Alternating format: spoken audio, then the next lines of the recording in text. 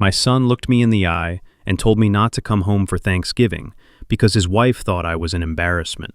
He said I didn't fit the image of their new life. So I sat alone in a diner, eating turkey with a group of complete strangers who saw a lonely old man and offered him a seat. My son didn't know that the man sitting across from me that night would become more of a son than he ever was.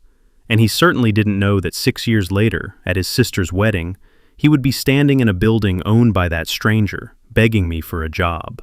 My name is Augustus Miller, and this is the story of how I turned an empty chair into an empire. Before I tell you how I rebuilt my life from the ashes of betrayal, let me know where you are watching from in the comments below. Hit like and subscribe if you have ever been underestimated by the people who were supposed to love you the most. I looked at myself in the hallway mirror. At 74 years old, the man staring back at me was weathered, yes, but he wasn't broken. I adjusted the knot of my silk tie. It was a deep burgundy, the same one I had worn to the ribbon-cutting ceremony of the Skyline Tower 30 years ago. Back then, I was the lead structural engineer, the man who made sure the steel bones of the city didn't buckle under the weight of the sky. Today, I was just Gus, just the old man who lived in a paid-off bungalow on the south side of town. The house smelled incredible. It smelled of sage, rosemary, and roasted garlic. I had been up since 4 in the morning. I didn't sleep much these days. The silence in the house was too loud since my wife passed, so I filled the time with tasks. I had prepped the 20-pound turkey with the precision of a blueprint. I had brined it for 24 hours. I had trussed the legs exactly right. It wasn't just food, it was an offering. It was my way of saying to my son Trey and his wife Brittany that I was still here, that I was still trying, that I still wanted to be part of the family. I checked my watch. 11:30. I needed to leave in 10 minutes to arrive by noon. Brittany was particular about punctuality. She said arriving late was a sign of a chaotic mind. I didn't want to give her any ammunition. I walked into the kitchen and lifted the roasting pan. The bird was golden brown, glistening under the kitchen lights. It was heavy. My arthritis flared in my knuckles, a sharp, biting pain, but I ignored it. I was used to carrying heavy loads.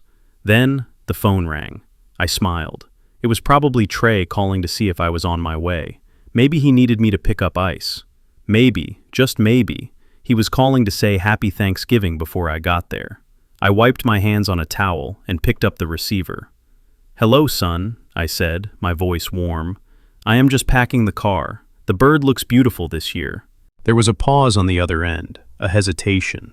I knew that silence. It was the sound of bad news. "Dad," Trey said. His voice was tight, strained. "Yeah, Trey? Is everything okay? Is Zoe there yet?" "No, Dad, listen," Trey cut me off. He sounded like he was whispering, like he was hiding in a bathroom so his wife wouldn't hear him. "We have a bit of a situation here." I felt a cold drop in my stomach. "What happened? Is the oven broken?" "No, nothing like that," Trey said. He took a deep breath. "Look, Dad, Brittany invited some people over last minute, some investors. The chaotic market, you know? We need to secure funding for the new marketing firm. These are very particular people." I didn't understand. "Okay," I said slowly. "I can set an extra plate. The turkey is huge." "Dad, stop!" Trey snapped. Then he lowered his voice again. "That is not the point. Look, Brittany thinks, we think, that it might be better if you didn't come today." The words hung in the air. The kitchen, which had felt warm and festive seconds ago, suddenly felt freezing. I gripped the phone. "Excuse me? It is just the vibe, Dad," Trey stammered. He was trying to rationalize cruelty with logic. I knew he was reciting lines Brittany had fed him. "These investors, they are new money. They are flashy. And you know how you are? You are old school. You talk about the old days. You wear those old suits. Brittany is worried it might send the wrong message. She wants to project an image of modern success. And, well, you don't really fit that aesthetic right now." I stood there, staring at the golden turkey. I looked down at my burgundy tie, the tie of a man who had built half this city. And my son was telling me I didn't fit the aesthetic. "So," I asked, my voice steady, though my hand was shaking, "you are uninviting me to Thanksgiving, 10 minutes before I walk out the door." "It is not uninviting, Dad," Trey said, sounding annoyed that I was making this difficult for him. "We can do something next week, just the two of us. Grab a burger or something. But today is business. You understand, right? You were a businessman. You know how it is. I was a businessman, yes, but I never sold my family for a deal. I understand, Trey, I said. I didn't yell, I didn't beg. I had too much dignity for that. Great, Trey exhaled, relieved. Thanks for being cool about it, Dad. Brittany was worried you would make a scene. I will call you next week. Happy Thanksgiving. The line went dead. I stood in the middle of my kitchen holding the phone. The dial tone buzzed in my ear like a fly. Happy Thanksgiving. I looked at the table. I had wrapped the cranberry sauce in a nice jar. I had baked the sweet potato pie with the recipe my wife used to use.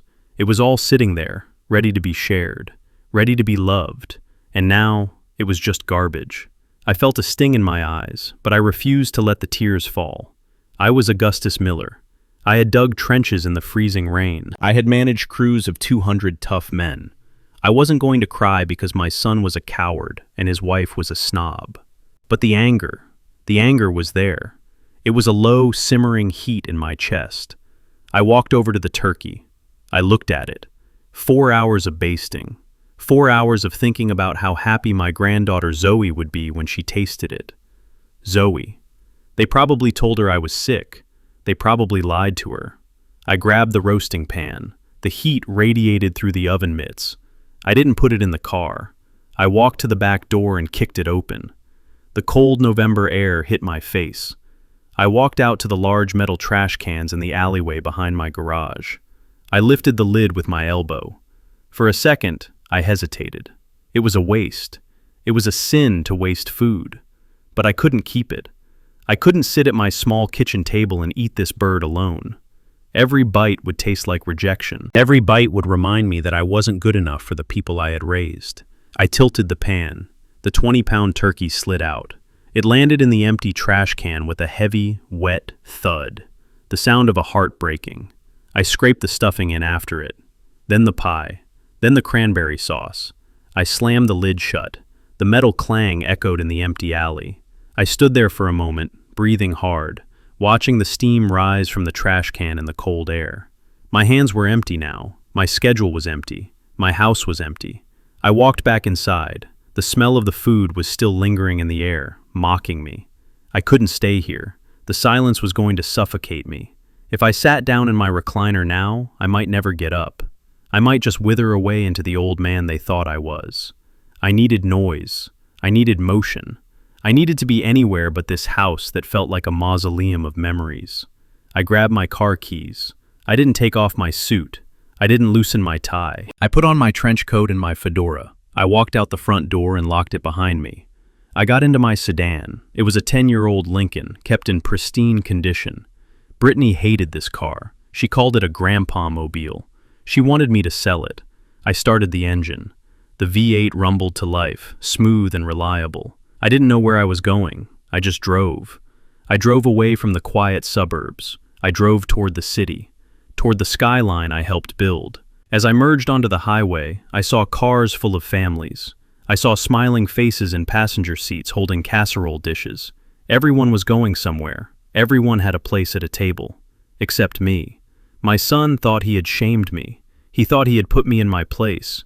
He thought I would go back inside, change into my pajamas, and watch football alone in the dark. He was wrong. I gripped the steering wheel. My knuckles were white. "You think I am old school, Trey?" I whispered to the empty car. "You think I am rusty?" I pressed the gas pedal. "I will show you old school." I exited the highway downtown. The streets were mostly empty, but a few places were open. I saw the neon sign of the Golden Fork, an upscale steakhouse that stayed open on holidays for tourists and strays. I pulled into the parking lot. I wasn't going to hide. I was going to eat the best meal of my life. And I was going to do it with my head held high. I stepped out of the car, straightened my coat, and walked toward the entrance. I didn't know it then, but as I reached for that door handle, I wasn't just walking into a restaurant. I was walking into the rest of my life. And Trey? He had just made the biggest mistake of his. The Golden Fork was the kind of establishment that prided itself on silence. The carpet was thick enough to swallow the sound of footsteps, the lighting was dim enough to hide the prices on the menu, and the air smelled of aged mahogany and truffle oil. It was a place designed to make you feel important, provided you looked the part. I walked through the heavy brass doors, shaking the November rain off my trench coat. The warmth of the room hit me instantly, a stark contrast to the freezing wind that had been biting at my face in the parking lot.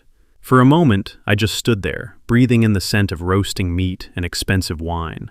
It was the smell of celebration. It was the smell of everything I was supposed to have at my son's house right now, but didn't. The hostess station was manned by a young woman with a clipboard and a smile that didn't reach her eyes. She looked up at me, and her smile faltered. She scanned me from top to bottom. She saw the gray hair, the dark skin, the slightly wet coat, and the fedora I held in my hands. In her eyes, I wasn't Augustus Miller, the man who had engineered the structural integrity of the very floor she was standing on. In her eyes, I was just an old, lonely black man who had probably wandered in by mistake. "Can I help you, sir?" she asked, her tone polite but guarding the entrance like a gatekeeper. "I would like a table for dinner," I said, my voice deep and steady. She looked down at her empty reservation book, then back up at me.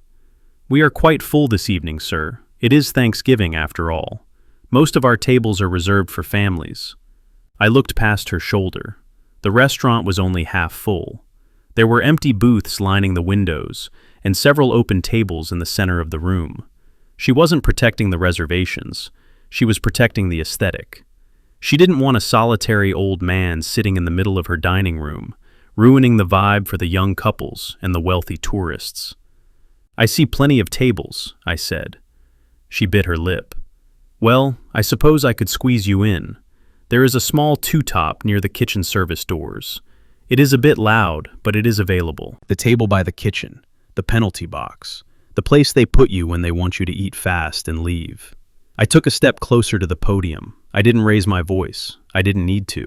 I simply projected the authority I had used to command construction sites for 40 years. "I don't want the table by the kitchen, miss," I said. "I want that table." I pointed to a large, circular booth right in the center of the room, directly under the crystal chandelier. It was the best seat in the house. "That table is set for 4, sir," she stammered. "And I have the appetite of 4 men," I replied. I walked past her before she could object again. I hung my coat on the rack myself and sat down in the plush leather booth. I looked up at the ceiling. The hostess watched me nervously, probably wondering if she should call security. She had no idea that I was checking the load-bearing beams. I remembered drawing the blueprints for this ceiling 30 years ago. I remembered arguing with the contractor about the reinforced steel needed to support that massive chandelier. I knew the bones of this building better than the owner did. I knew that the third pillar from the left was slightly thicker than the others to account for wind shear. I had poured my sweat into the foundation of this city, yet here I was, fighting for the right to eat a steak in it. A waiter appeared, looking flustered. He handed me a menu without making eye contact. "Just water to start?" he asked, his pen hovering over his pad, clearly expecting me to order the cheapest burger and tap water. I didn't open the menu. I knew what I wanted. "I will have the tomahawk ribeye, medium rare," I said, "and I want a bottle of the Camus Special Selection, the 2015 vintage, if you still have it in the cellar." The waiter paused. He looked at me, then at the empty table, then back at me. The tomahawk was a $150 steak. The wine was $300. "The bottle, sir, or a glass?" "The bottle," I said, "and bring 2 glasses." "2 glasses?" he asked, confused. "Is someone joining you?" I looked at the empty seat across from me, the seat where my son Trey should have been, the seat where my granddaughter Zoe should have been laughing and stealing my fries. "No," I said softly. "The second glass is for the ghost of the man I used to be. Just bring it." He scurried away, his attitude adjusting instantly from dismissal to deference. Money has a way of changing people's manners. It was a sad truth I had learned a long time ago. I sat there in the silence, listening to the clinking of silverware and the murmur of conversations around me. To my left, a young couple was holding hands, ignoring their food. To my right, a business meeting was taking place, men in suits discussing stocks. It all felt so sterile, so cold. But then, a noise cut through the polite atmosphere. It was a laugh. A loud, booming, unashamed laugh that came from a large table in the corner. I turned my head. It was a table of 8, a family. They were Latino, spanning 3 generations. There was an older woman with a stern face but kind eyes, probably the matriarch. There were 3 children running around the table with toys. And in the center of it all was a man who looked to be about 40. He was wearing a dress shirt that was tight around the shoulders, the kind of build you get from lifting lumber, not weights in a gym. His hands, even from this distance, looked rough and calloused. He was laughing at something his wife, a beautiful woman with tired eyes, had whispered to him. They were loud. They were chaotic. They were passing plates of food across the table, spilling sauce, arguing about who ate the last shrimp.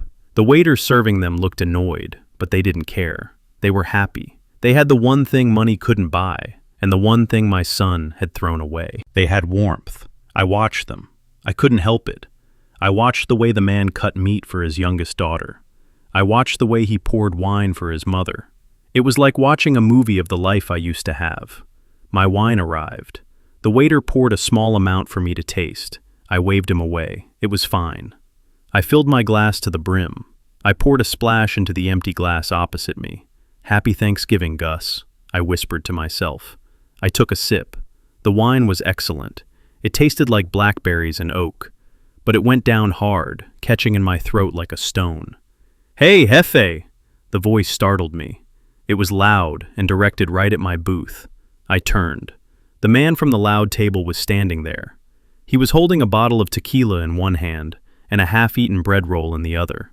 He was looking right at me. "Me?" I asked, pointing to my chest. "Yeah, you," the man said, grinning. He had a gold tooth that flashed under the chandelier. "You look like you were drinking the good stuff, but you look way too serious for a holiday." He walked over to my table. He didn't ask for permission. He just leaned his hip against the leather booth.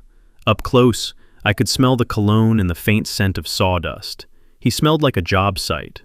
"My name is Mateo," he said, extending a hand that felt like sandpaper. "And that over there is my circus." He pointed to his table, where the kids were now building a tower out of sugar packets. I shook his hand. His grip was firm, honest. "Augustus," I said. "Gus." "Nice to meet you, Gus," Mateo said. He looked at the empty glass across from me. He looked at the expensive wine. He looked at my face. He didn't look at me with pity. He didn't give me the sad eyes the hostess had given me. He looked at me with recognition. He saw a man who was holding it together by a thread. "You waiting for someone, Gus?" Mateo asked. "I was," I said, taking another sip of wine. But plans changed. My son. He had a different aesthetic in mind for the evening. Mateo nodded slowly. He understood. He didn't ask for details. He didn't pry. He just nodded like a man who knew what it felt like to be let down. "Aesthetic, huh?" Mateo chuckled. "That is a fancy word for being an idiot." He looked back at his table. His wife was waving at him to sit down. "Listen, Gus," Mateo said, turning back to me. "My mother-in-law, she made tamales. We brought them in her purse. Don't tell the waiter. But they are better than anything on this menu, and we have an empty chair. My brother was supposed to come, but his flight got canceled." He gestured with the tequila bottle. "We are loud. My kids are monsters, and my wife is going to ask you a million questions. But the tequila is good, and nobody eats alone on Thanksgiving. Not on my watch." I looked at him. I looked at his chaotic, messy, beautiful table. Then I looked at my perfect, solitary steak that the waiter was just placing in front of me. "I shouldn't intrude," I said, my pride flaring up one last time. "I have a lot of food coming." "Bring the steak," Mateo said to the waiter. "Bring the wine. Move it all over to table 6. The waiter looked horrified. "Sir, we can't just move tables. Do I look like I care?" Mateo laughed. He clapped a heavy hand on my shoulder. "Come on, Gus. You look like a man who knows how to tell a story. And I am tired of listening to my mother-in-law talk about her gallbladder. You would be saving me." He wasn't offering me charity. He was offering me a trade, my company for his sanctuary. I looked at the empty glass opposite me one last time. The ghost of the man I used to be was sitting there, telling me to stay, telling me to be dignified, telling me to suffer in silence. But I was tired of listening to ghosts. I stood up. I grabbed my bottle of Camus. "Lead the way, Mateo," I said. Mateo grinned. He grabbed my tomahawk steak right off the waiter's tray with his bare hand, holding it by the bone like a club. "That is the spirit, Pops," he shouted. "Hey, Maria, make room. We got a guest." As I walked across the restaurant, following this stranger toward the noise and the laughter, I felt the cold knot in my chest loosen just a fraction. I didn't know who these people were. I didn't know that the man carrying my steak would one day be the partner I trusted with my life. All I knew was that for the first time that day, someone wanted me at their table, and that was enough. Table 6 was not just a table. It was a sovereign nation with its own laws, its own volume level, and its own gravitational pull. As I followed Matteo across the hushed dining room of the Golden Fork, I felt like I was crossing a border from a cold, sterile country into a land of vibrant, messy life. The other diners watched us with a mixture of annoyance and curiosity. They saw a large man in a construction shirt leading an older black man in a three-piece suit carrying a bottle of wine worth more than a car payment. We were an odd pair, but as I slid into the booth next to Matteo, squeezing in beside a high chair that smelled faintly of apple juice, I didn't care about the optics. "This is Gus," Matteo announced to the table, his voice booming over the clatter of silverware. He was eating alone. Now he is eating with us. Don't scare him away. The woman sitting opposite me, Maria, looked up from wiping tomato sauce off a toddler's face. She had dark circles under her eyes, the kind that come from raising 3 children and managing a husband like Matteo. But her smile was genuine. She didn't look at my suit or my age. She looked at my eyes. "Welcome, Gus," she said, her voice warm. "I am sorry about the noise. We try to be civilized, but genetics are against us." She gestured to the 3 children. There was a teenage girl tapping furiously on her phone, a boy of about 8 who was currently trying to balance a spoon on his nose, and the toddler in the high chair who was staring at me with wide, unblinking eyes. And then, at the end of the table, sat an older woman with silver hair pulled back in a tight bun. She was staring at me with the scrutiny of a judge. "This is Abuela," Matteo said, pointing to the older woman. "She doesn't speak much English, but she understands everything, especially if you were talking about her cooking." Abuela narrowed her eyes. She reached into her oversized handbag, which was sitting on the floor. I watched, fascinated, as she pulled out a Tupperware container wrapped in aluminum foil. She popped the lid. Steam rose up, carrying the scent of corn masa and chili. The waiter arrived with my tomahawk steak and the bottle of Camus. He looked terrified as he tried to find a space for the massive platter amidst the chaos of sippy cups, bread baskets, and scattered crayons. "Just put it there," Matteo said, shoving a bread basket aside. The waiter deposited the steak and fled. Matteo poured the wine into 2 glasses. He didn't swirl it. He didn't sniff the cork. He just filled the glasses to the brim like it was lemonade. "Salud," he said, clinking his glass against mine hard enough that I worried for the crystal. "Salud," I replied. I took a sip. The wine was complex, elegant, and structured. Everything this table was not. "Eat," the old woman commanded suddenly. She pointed a fork at me. "You are too thin." She reached into the Tupperware and used her fork to spear a tamale. Without asking, she plopped it right on top of my $150 steak. "Abuela," Maria scolded. "You can't put a tamale on a tomahawk ribeye." "Why not?" Abuela shrugged. "Meat is meat." I looked at the plate. The juxtaposition was absurd. A Michelin star steak garnished with a homemade tamale smuggled in a purse. I picked up my knife and fork. I cut a piece of the tamale first. I took a bite. It was hot, spicy, and tasted like comfort. It tasted like hands that had worked hard to feed people they loved. "It is delicious, ma'am," I said. "Thank you." Abuela nodded, satisfied. She went back to eating her soup. For the next 20 minutes, I was swept up in the current of the Rivera family. I learned that Leo, the 8-year-old, wanted to be an astronaut but was afraid of heights. I learned that Sophia, the teenager, was mad because she couldn't go to a concert. I learned that Matteo ran a small construction crew and was currently fighting with the city over permits for a renovation job. They didn't ask me why I was alone. They didn't ask about my son. They just accepted me as a temporary fixture in their universe. It was a relief. I didn't have to be the retired architect. I didn't have to be the disappointed father. I was just Gus, the guy eating the steak. Then a crisis struck. Leo, the aspiring astronaut, let out a wail of despair. He had been playing with a toy dump truck, a die-cast metal replica that looked heavy and expensive. He had been ramming it into the salt shaker, and suddenly, the bed of the truck had snapped off its hinge. "It broke," Leo cried, tears instantly springing to his eyes. "Daddy, fix it!" Matteo sighed. He wiped his mouth with a napkin and grabbed the truck. "Let me see, champ," Matteo said. He examined the toy. The metal pin that held the bed to the chassis had popped out of its housing and bent slightly. Matteo tried to jam it back in with his thick thumbs. He grunted, applying brute force. "It is stuck," Matteo muttered. "The metal is bent. I need pliers." He tried to use his fork to pry it open, but the fork tines just bent. Leo started crying harder. The sound cut through the restaurant, drawing angry glares from the nearby tables. Matteo looked frustrated. He was a man who built houses, but his hands were too big, too rough for this delicate surgery. "Give it here," I said quietly. Matteo looked at me. "You want to give it a shot, Pops? It is jammed tight." I held out my hand. I took the truck. I put on my reading glasses. I looked at the mechanism.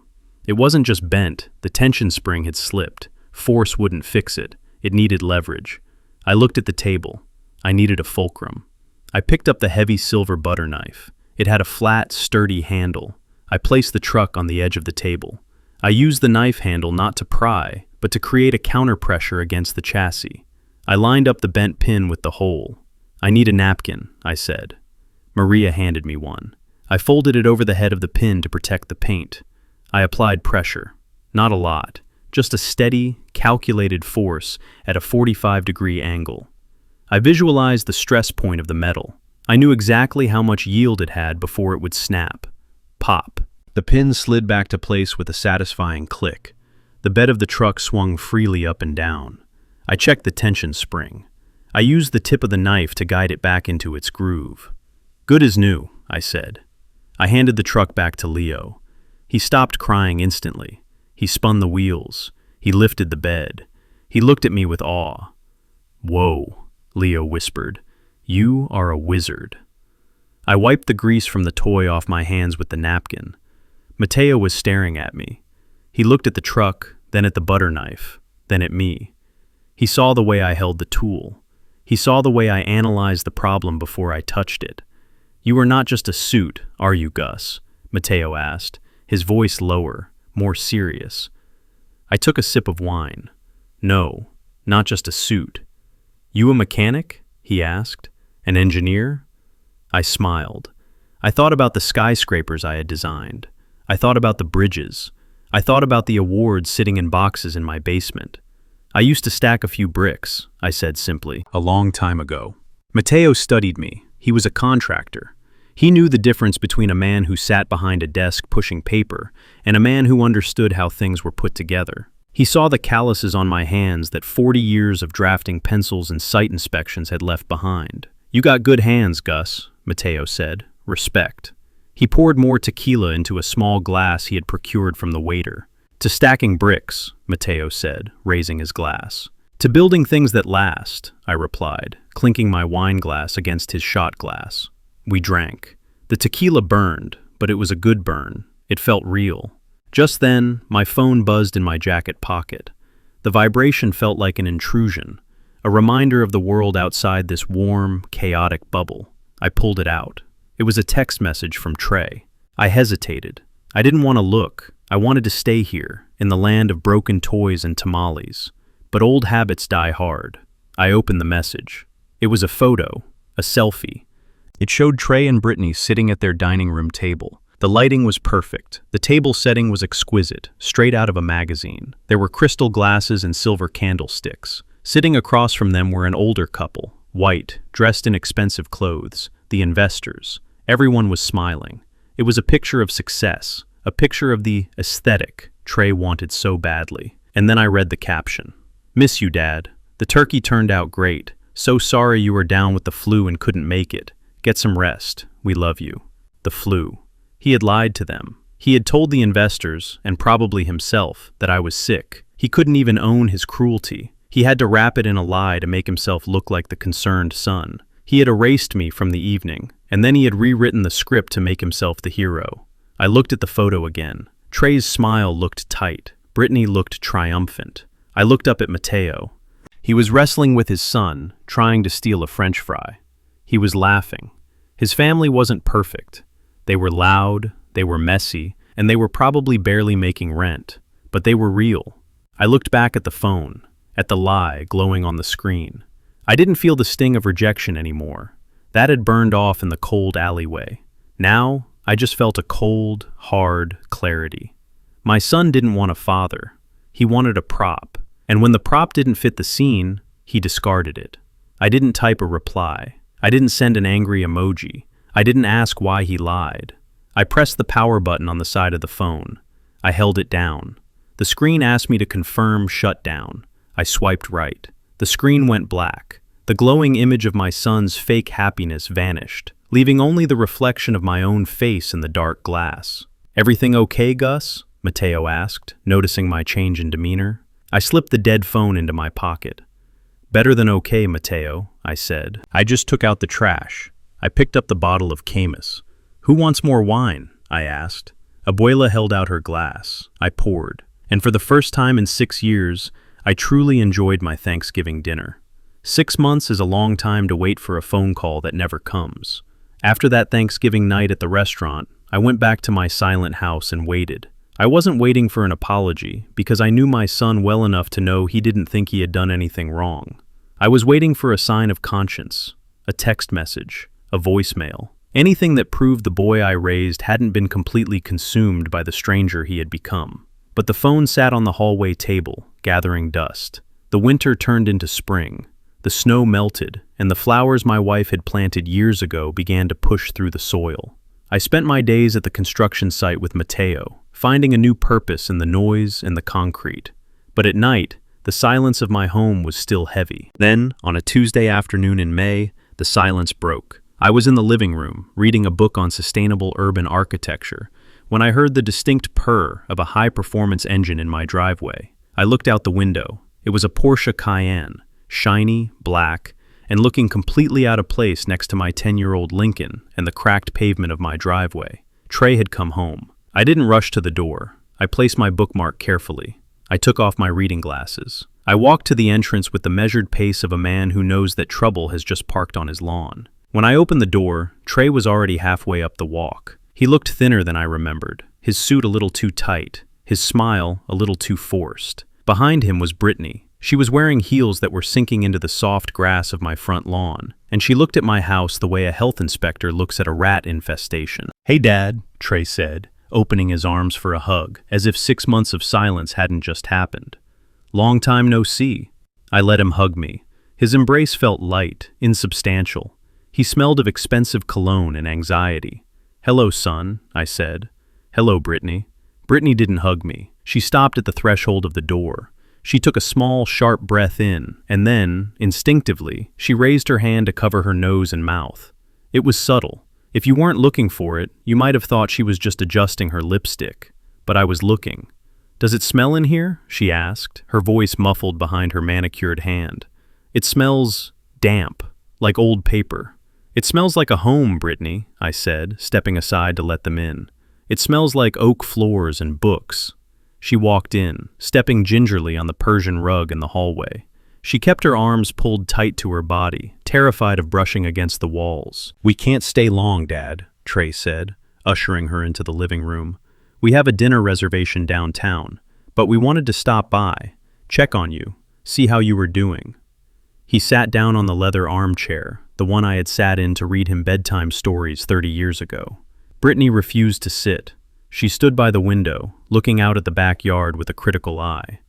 "The grass is getting long, Gus," she said. She never called me Dad. It was always Gus.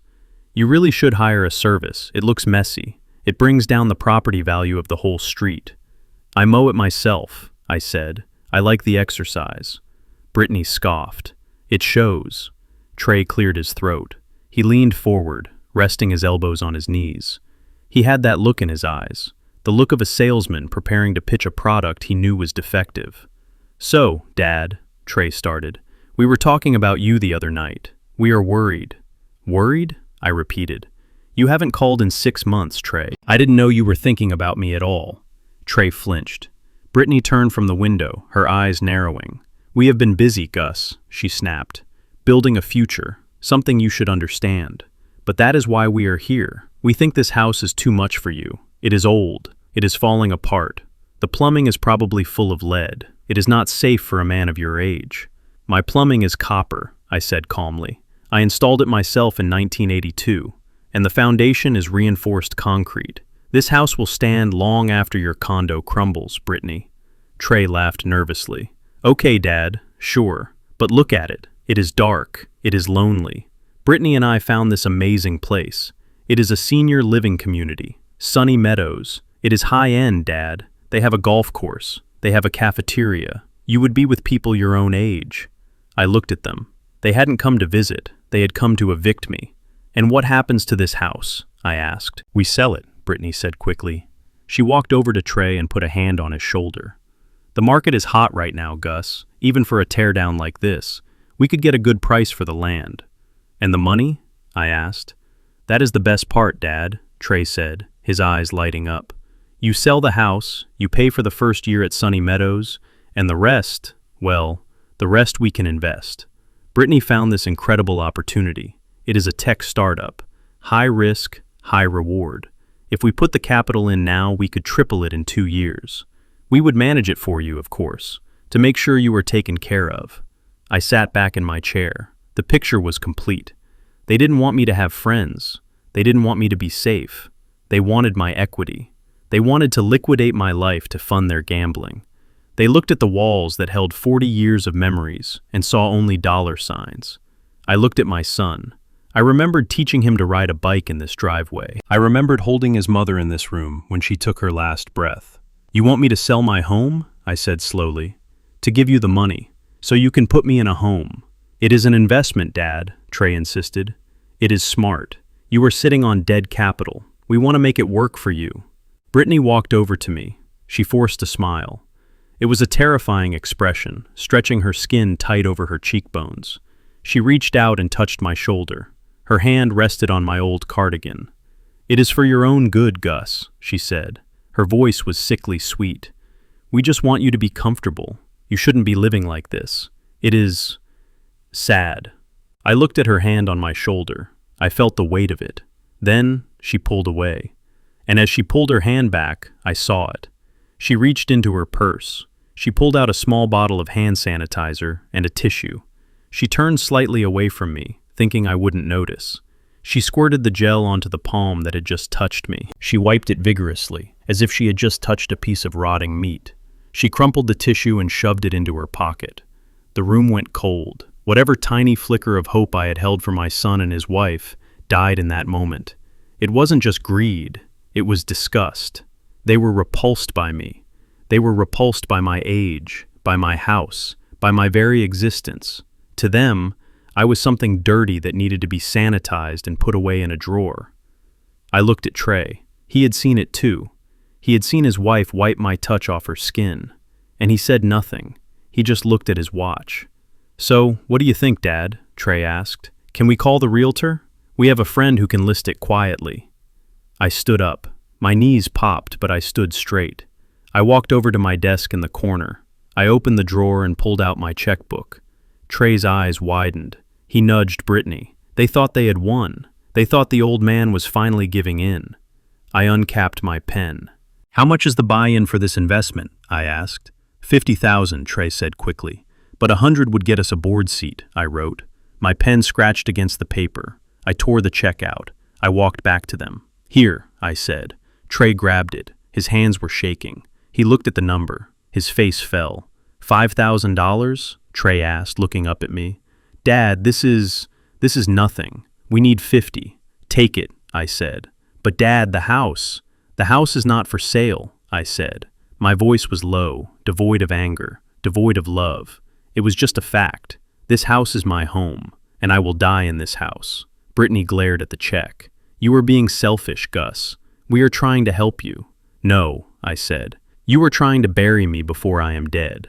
I walked to the front door and opened it. The afternoon sun spilled into the hallway, illuminating dust motes dancing in the air. $5,000 is a lot of money, Trey, I said. It is enough for a nice dinner. It is enough to fix that dent I saw on the bumper of your Porsche. Trey looked at me, shocked. Take the money, son, I said, and go. But Dad, go, I repeated. Brittany grabbed Trey's arm. Come on, Trey. He is senile. He doesn't understand business. Let's go. We are wasting our time. She marched past me, holding her breath again as she crossed the threshold. She didn't say goodbye. Trey lingered for a second. He looked at the check in his hand, then at me. "You are making a mistake, Dad," he said. "You are going to end up alone in this big, empty house. And when you get sick, who is going to take care of you? Not us. We gave you a chance." I looked at him. I looked at the man who shared my DNA, but none of my spirit. "I am not alone, Trey," I said, "and I have never been more taken care of than I am right now." He scoffed, shook his head, and walked out to his car. I watched them drive away. I watched the black Porsche disappear down the street, taking with it the last illusions of my fatherhood. I closed the door. I locked it. I walked back into the living room. I looked at the spot where Brittany had stood. I could still smell her perfume, sharp and chemical, masking the smell of my old books. I went to the kitchen and got a bucket of soapy water and a rag. I got down on my knees. My joints screamed, but I didn't care. I scrubbed the floor where she had walked. I scrubbed the rug where she had stepped. I scrubbed until the smell of her was gone, and the house smelled like lemon and pine again. They thought I was an ATM. They thought I was a resource to be mined. They didn't know that the mine was closed. I stood up, wringing out the rag. My hands were trembling, not from age, but from adrenaline. I went to the phone. I dialed a number I had memorized over the last 6 months. "Mateo," I said when he answered. "Hey, Gus!" Mateo's voice was loud, cheerful. He was probably on a job site. "What's shaking?" "I need you to come over," I said. "Bring the truck." "What's wrong? You okay?" "I am fine," I said. "But I have some money, a lot of money, and I am tired of letting it sit in the bank waiting for people who hate me to inherit it." Mateo paused. "What are you talking about, Gus?" "I am talking about that project you showed me," I said. "The one the bank turned down." "The high-rise?" Mateo laughed. "That is a pipe dream, Gus. We need millions." "I know," I said. "I am looking at my portfolio right now, Mateo." I took a deep breath. "Let's build it." I hung up the phone. I looked around my quiet house. It wasn't a tomb anymore. It was a command center. My son wanted me to go into the dark. He wanted me to fade away. I walked to the window and opened the curtains wide. I wasn't going anywhere. The smell of wet concrete is better than any cologne in the world. To some people, a construction site is just noise and dust. But to me, it is a symphony. The rhythm of the jackhammers, the whine of the circular saws, the shouting of men coordinating a lift. It is the sound of progress. It is the sound of life being built from the ground up. I parked my old Lincoln a block away from the site. I didn't want to get in the way of the delivery trucks. I put on my hard hat.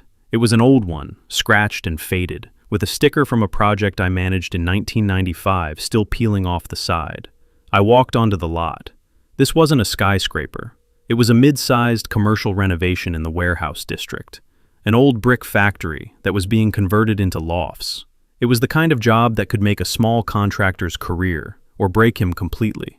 I found Mateo sitting on a stack of drywall sheets near the temporary office trailer. He wasn't barking orders. He wasn't checking measurements. He was sitting with his head in his hands, staring at the muddy ground. His shoulders, usually broad and confident, were slumped. He looked like a man who was trying to hold up a collapsing roof with his bare hands. I walked up to him. He didn't hear me approach over the noise of the generator. "Rough morning, Mateo?" I asked. He jumped a little. He looked up. His eyes were red. He looked exhausted. "Gus," he said, forcing a smile that looked painful. "What are you doing here? You come to inspect the safety rails again?" "I came to bring you lunch," I said, holding up a paper bag from the deli, "and to ask why the steel delivery hasn't arrived. I saw the schedule. The beam should have been here at 8 a.m. Mateo sighed. He took off his hard hat and ran a hand through his dusty hair.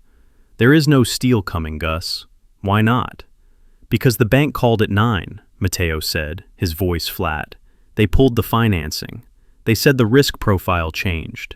They said I don't have enough liquidity to cover the cost overruns." He kicked a loose stone. "It is over, Gus. I can't pay the steel supplier. If I don't get the steel up by Friday, I miss the inspection. If I miss the inspection, the developer triggers the penalty clause. I lose the contract. I lose the bond. I lose everything." He looked at the half-finished building. "I put my house up as collateral, Gus. Maria doesn't know yet. If this job goes south, we lose the house. We lose the trucks. We are out on the street. I looked at him. I saw the terror in his eyes. It was the same terror I had felt 40 years ago when I started my first company. But beneath the terror, I saw something else. I saw shame.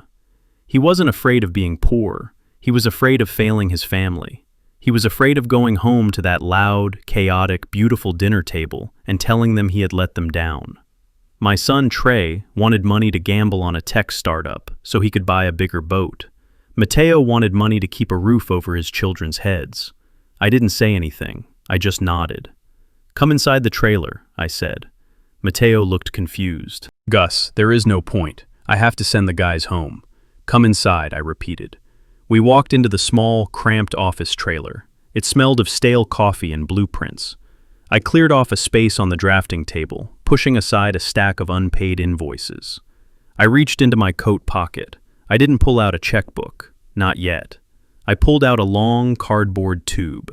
I uncapped it and slid out a roll of large blue-lined paper.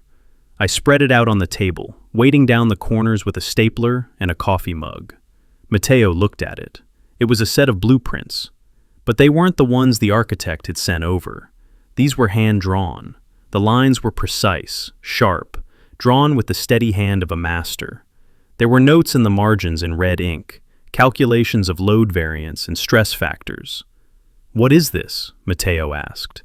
"This is how you save the project," I said. I pointed to the main support columns. "Your architect is an idiot, Mateo.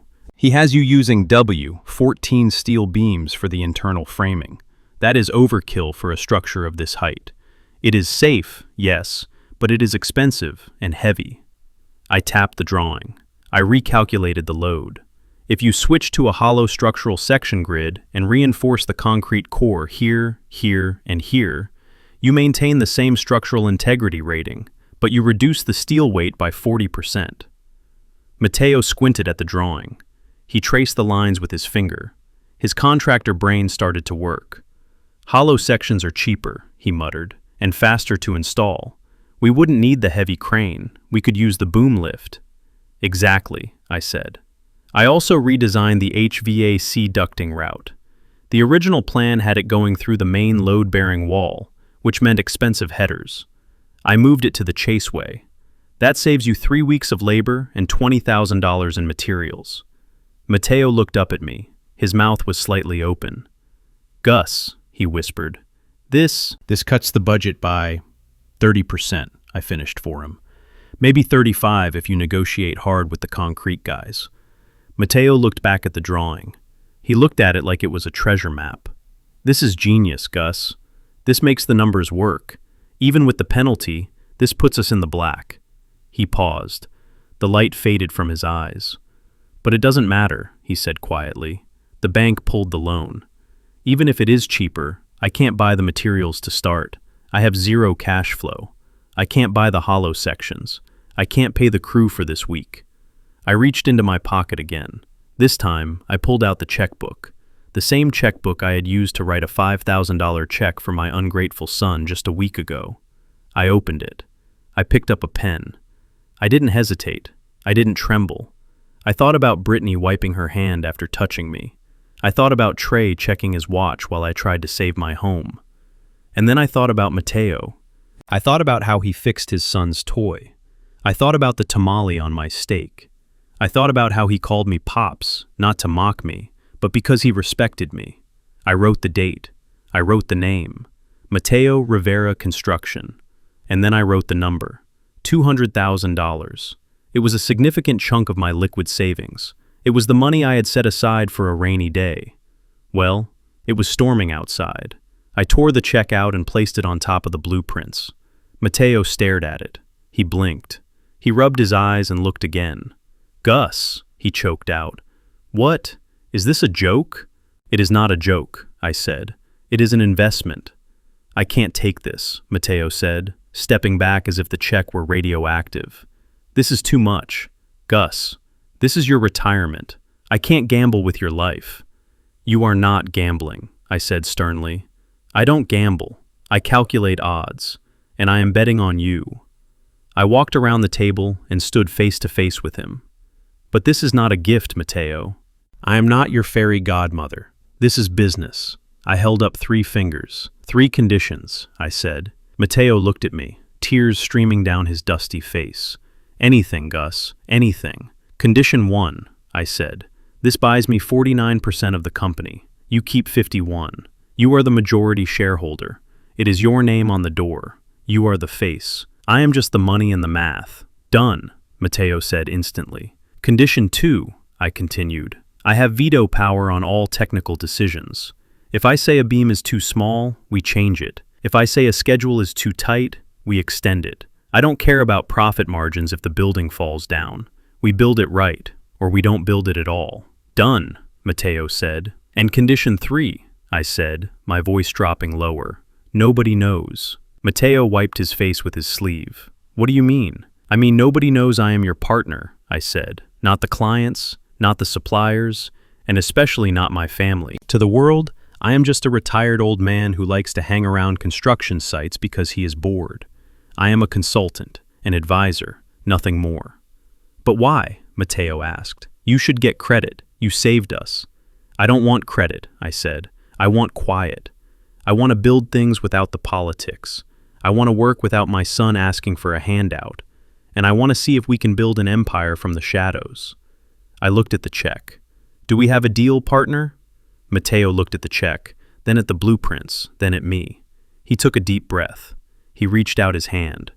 We have a deal, Pops. I shook his hand. It was rough, calloused, and honest. Good, I said. Now pick up the phone. Call the steel supplier. Tell them we are switching to hollow sections, and we are paying cash on delivery. And tell the crew to get back to work. We have a schedule to keep. Matteo grabbed the phone. His hands were shaking, but his voice was strong when he started barking orders. I walked out of the trailer. I stood on the edge of the site, listening to the generator hum. I had just given away my safety net. I had just tied my financial future to a man I had met in a restaurant 6 months ago. My son would call me crazy. My daughter-in-law would call me senile. But as I watched Matteo running toward the foreman, waving the blueprints in the air like a flag of victory, I knew the truth. I hadn't lost money. I had just bought my life back. I smiled. M&G Construction. It had a nice ring to it.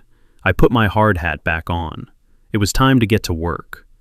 They say that the best place to hide a diamond is in a pile of coal. For the next 5 years, I became a master of camouflage. To the world, and especially to my son Trey and his wife Brittany, I was Augustus Miller, the retired relic. I was the old man who wore cardigans with loose threads and drove a Lincoln that had seen better decades. I was the man they invited over once a month out of obligation, usually when they needed someone to sign for a package or wait for a cable guy because they were too important to leave work. I played the part perfectly. I sat on their beige sofa, drinking instant coffee because Brittany didn't want to waste the expensive pods on me. I listened to Trey brag about his marketing campaigns, about how he was crushing it, even though I could see the stress lines around his eyes, and the overdue notices he quickly shuffled under piles of magazines. They treated me like furniture, old, sturdy, but ultimately out-of-style furniture that they were waiting to donate. But they didn't know about my afternoons. Every morning at 10 o'clock, I would leave my house. I would tell my neighbors I was going to the library or the park to feed the pigeons. I would drive my old Lincoln to a private garage in the industrial district, a garage that M&G Construction rented under a shell company. Inside that garage was my phone booth. It was where Clark Kent became Superman. I would hang up my beige cardigan. I would take off my scuffed orthopedic shoes, and I would open my locker. Inside hung my Italian wool suits, the ones I used to wear in the 80s, but had tailored to fit my older frame. I would put on my cufflinks. I would tie my silk tie, and I would slide my feet into polished Oxfords that clicked with authority against the concrete floor. Then, I would walk through the back door of the adjoining office trailer. "Good afternoon, Mr. Miller." The greeting came from Sarah, our office manager. She didn't look at me with pity. She looked at me with expectation. She handed me a stack of reports and a fresh cup of black coffee, brewed exactly how I liked it. "Is the concrete pour on schedule for the West Side project?" I would ask, looking at the monitors on the wall. "Ahead of schedule, sir," she would reply. "Matteo is on site now. He needs your approval on the window glazing specs." I would sit at my desk. It wasn't a corner office in a skyscraper. It was a metal desk in a double-wide trailer. But from this desk, I controlled the skyline. M&G Construction was no longer a struggling startup. With my capital and Mateo's hustle, we had become the silent giants of the city. We were building luxury condos, renovating historic theaters, and bidding on municipal infrastructure. Mateo was the face. He was the one shaking hands at charity galas. He was the one in the magazines. I was the ghost. I was the silent partner who reviewed every contract, corrected every blueprint, and ensured that our margins were the healthiest in the state. It was a strange existence. In the morning, I was invisible. In the afternoon, I was essential. I lived for those hours in the trailer. I lived for the moment I could put on my hard hat and walk a job site. The workers knew me only as the consultant. They didn't know I owned half the company. They just knew that when the old man in the suit pointed at a beam and shook his head, you fixed the beam. One Tuesday in late autumn, the two halves of my life collided in a way that almost made me laugh out loud. We were breaking ground on our biggest project yet, the Monarch. It was a 40-story residential tower right in the heart of the trendy arts district. It was the kind of building Trey dreamed of living in. Glass, steel, rooftop infinity pools. It was a masterpiece of engineering, and I had designed the cantilevered balconies myself. I had just finished a site walk. I was feeling good. The foundation pit was dug, the rebar was set perfectly, and the weather was holding. I had changed back into my disguise early because I needed to stop by the pharmacy. I was wearing my old trench coat and a flat cap pulled low.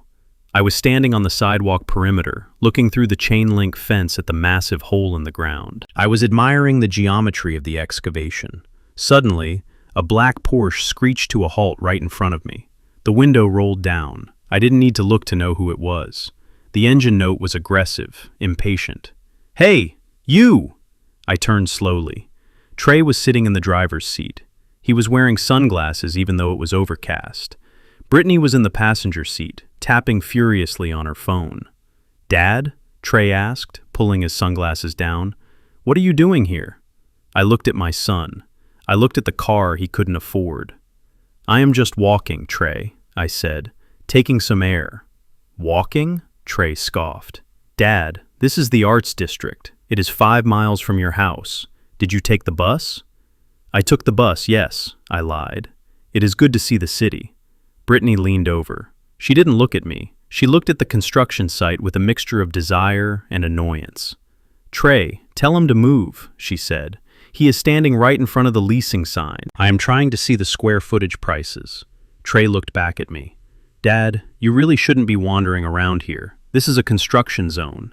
It is dangerous. There is dust, heavy machinery. You know your balance isn't what it used to be. You could trip and fall into a hole." I looked at the hole I had dug, the hole that was going to generate $50 million in revenue over the next 3 years. "I am careful, son," I said. "I like watching them build." Trey laughed. It was a condescending sound. "Yeah, well, watching is all you can do. Look at this place, Dad. This is the future. This is where the winners live. Brittany and I are thinking of putting a deposit down on a penthouse here. Once the crypto market bounces back." I had to bite the inside of my cheek to keep from smiling. I knew the financials of the potential buyers. I knew the credit checks. Trey wouldn't qualify for a parking space in this building, let alone a penthouse. "It looks expensive," I said simply. "It is exclusive," Brittany corrected, finally looking at me. "That means expensive, Gus. It means it is not for people who take the bus." She turned to Trey. "Babe, let's go. We are going to be late for the lunch with the investors." And seeing him standing there in that old coat is depressing me. It ruins the vibe of the neighborhood. Trey nodded. "Look, Dad, seriously, go home. It is going to rain. And you look like, well, you look like a stray. Just go home and watch TV. Don't get in the way of the workers. These people have important jobs to do. Important jobs." I looked past him. Through the fence I saw the foreman, a man named Big Mike. He was looking at me. He gave me a subtle, almost imperceptible nod. He was waiting for my signal to pour the north corner. I looked back at my son. "You are right, Trey," I said. "I shouldn't be in the way. You two go on. Don't let me keep you from your success." Trey rolled up the window without saying goodbye. The Porsche roared away. weaving aggressively through traffic, desperate to be seen, desperate to matter. I watched them go. I watched the taillights of my own flesh and blood disappear around the corner. He told me I looked like a stray. He told me I was in the way. He told me to go watch TV while the real men worked. I waited until the car was gone. Then I turned back to the fence. I pushed open the gate that said, "Authorized personnel only." The security guard, a young man who had stopped Trey from parking there last week, stood up straight. "Afternoon, Mr. Miller," he said, snapping a salute. "Afternoon, John," I said. I walked onto the dirt. The foreman, Big Mike, walked over. He handed me a hard hat, not a scratched one this time, a pristine white one with the word "owner" stenciled on the front. "Your son?" Mike asked, nodding toward the street. I took off my old trench coat, revealing the tailored suit underneath. I put on the hard hat. "No, Mike," I said, looking at the steel skeleton rising from the earth. "That was just a critic. And critics don't build skyscrapers." I pointed to the north corner. "Pour the concrete, Mike, and make sure the foundation is deep. We are building a legacy here, and legacies need to be strong enough to survive anything, even family." As the cement trucks roared to life at my command, I felt a profound sense of peace. Trey could have his Porsche. He could have his illusions. I had the dirt. I had the steel. And I had the truth. And one day, when he walked into the lobby of this building to beg for a loan or a lease, he would see the plaque on the wall. He would see the name M&G Construction. And maybe, just maybe, he would realize that the old man in the trench coat hadn't been watching the future. He had been building it. 5 years is a blink of an eye when you are building an empire. But it is an eternity when you are missing your child. For 5 years I lived my double life. By day I was the architect of the city's skyline, working from my hidden trailer alongside Mateo.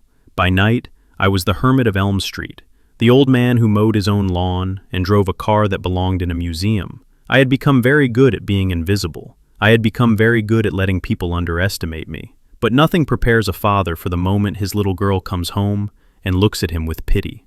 Zoe returned on a Tuesday. She had spent 5 years building schools in Southeast Asia, working for a non-profit organization. She had lived in places with no electricity and no running water. She had seen real poverty, so when she walked into my living room, dragging her battered suitcases behind her, I thought she would appreciate the simplicity of my life. I was wrong. She didn't see simplicity. She saw neglect. I was wearing my disguise, a faded flannel shirt with a fraying collar, and pants that I had intentionally let out at the waist to make me look frail. The house was clean, but I hadn't updated a single thing since her mother died. The wallpaper was peeling slightly in the corner. The radiator clanked. To me, it was just a house. To Zoe, it was a tragedy. "Dad," she whispered, dropping her bags. She walked across the room and hugged me. She smelled of jasmine and dust. She held me tight, tighter than she ever had before. I felt her shaking. "Oh, Dad," she said, pulling back and looking at my face. "You look so thin." "I am fit, Zoe," I said, smiling. "I walk every day." She looked around the room. Her eyes lingered on the old television, the one with the knobs. She looked at the stack of library books on the table, because I refused to pay for cable. She looked at the empty refrigerator, which I only stocked with the basics, because I ate most of my meals at site meetings. "It is freezing in here," she said, rubbing her arms. "Why isn't the heat on? Gas is expensive," I said automatically. It was the line I used to ward off salesmen, but to Zoe, it was a confession of destitution. She didn't say anything else. She just went to the kitchen and started making tea. I watched her moves. She was sharper now, tougher. But she still had that soft heart, the one that made her vulnerable. After she settled me into my chair with a blanket tucked around my legs as if I were an invalid, she grabbed her keys. "Where are you going?" I asked. "I am going to see Trey," she said. Her voice was hard, cold. "Zoe, you just got here. Rest." "I am not tired, Dad. I am angry." She stormed out. I watched her drive away in the rental car. I knew exactly where she was going.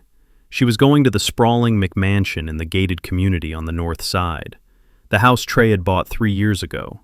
The house with the heated driveway and the 4-car garage. I sat in my chair and waited. I could have called her. I could have told her the truth right then. I could have opened the safe and showed her the bank statements of M&G Construction, showing that her father was worth $20 million. But I didn't, because I needed to know. I needed to know whose side she was on. I needed to know if she would fight for me or if she would join them. And more importantly, I needed to see what my son would do when confronted with his own hypocrisy. 2 hours later, Zoe returned. She looked defeated. The fire in her eyes was gone, replaced by a dull, watery sadness. She sat down on the ottoman in front of me and took my hands in hers. Her hands were warm, mine were cold. "I talked to Trey," she said softly, "and Brittany, and I asked carefully, 'How are they?' 'They are doing well,' she said. 'The house is impressive.'" She paused, biting her lip. She didn't want to say the next part. I could see the struggle in her face. She loved her brother. She wanted to believe him. "David," she said, looking deep into my eyes. "Trey told me everything I asked. He told me why you were living like this," she said. "He told me about the money."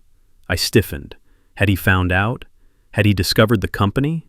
"What money?" I asked. "The money you lost," she said. I blinked. "Lost. Trey said you have been struggling, Dad," she continued, her voice trembling. "He told me that after Mom died you got confused. He said you started gambling. He said you go to the track every afternoon. He said he and Brittany tried to help you. They tried to manage your finances, but you wouldn't let them. He said you drank it away, Dad." The lie was so audacious, so completely fabricated that it took my breath away. Gambling, drinking. Trey had taken my secret absences, my afternoons at the construction site, and he had twisted them into an addiction. He had turned my industry into a vice. It was brilliant, in a sick, twisted way.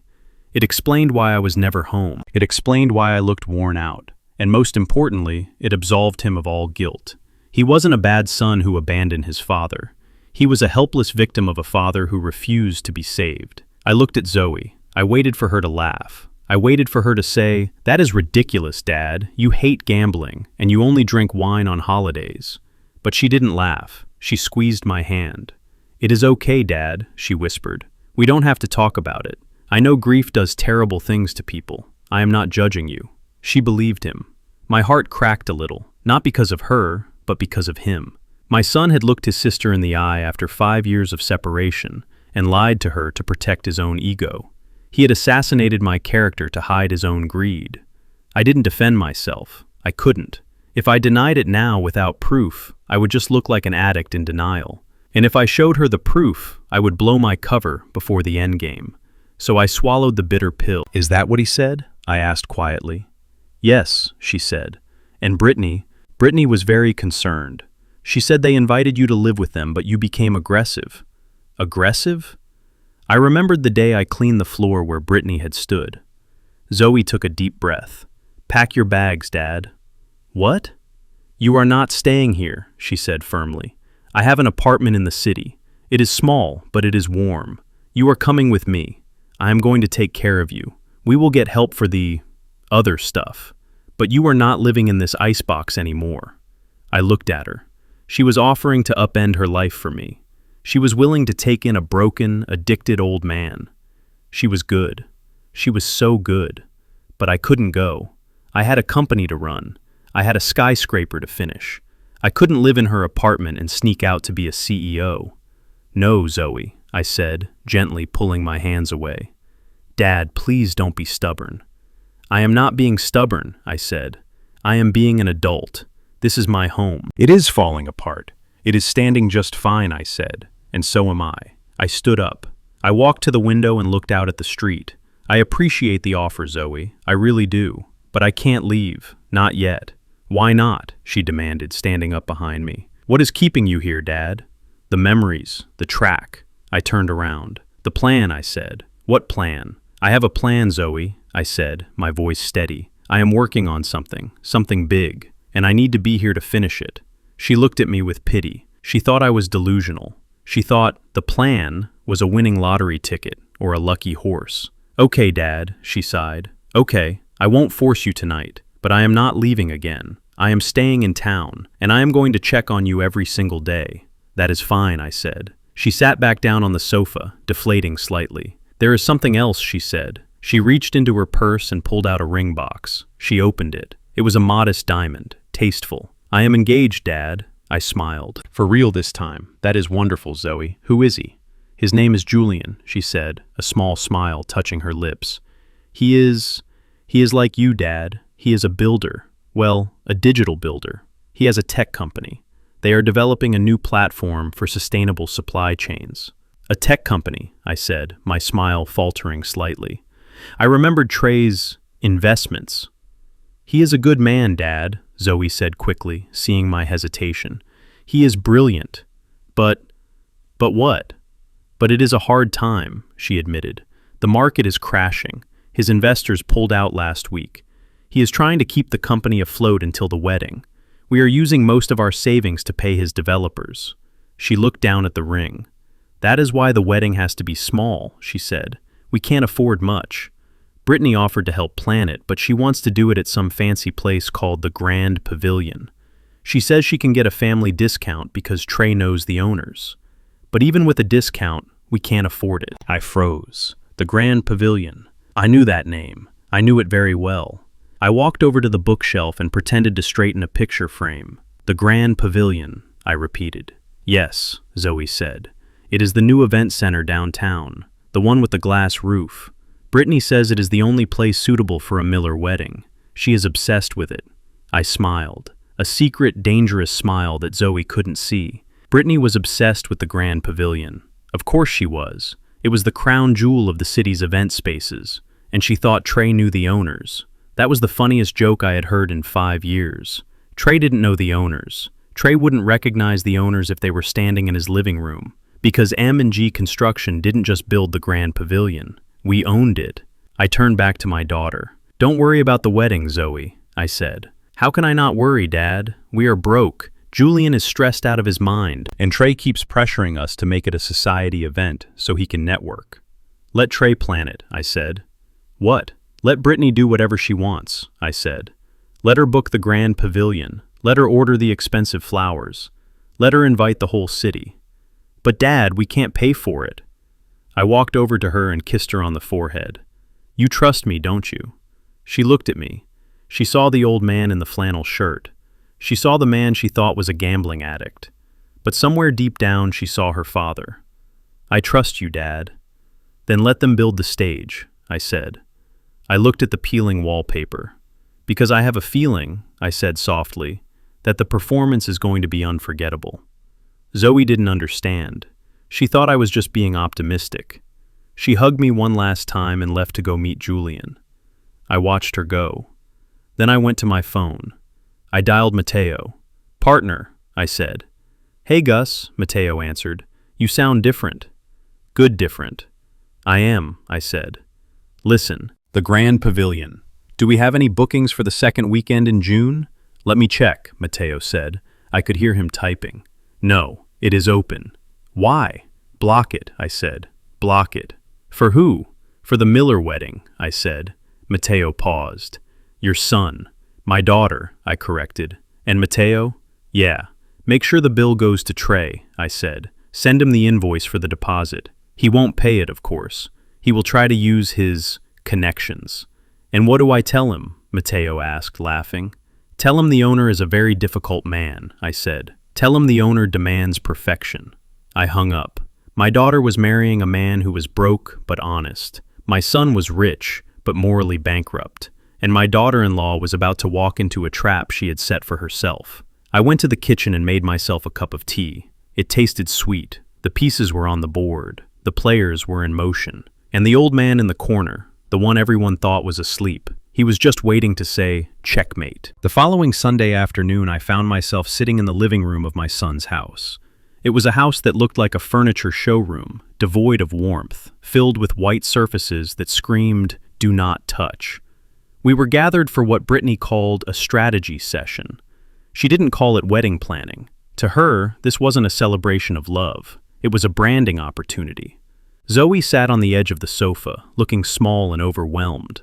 Her fiancé, Julian, was working a double shift at his failing tech startup, trying to scrape together enough cash to pay for the deposit on a community hall. Zoe had brought a binder. It was a simple thing, filled with pictures cut out from magazines.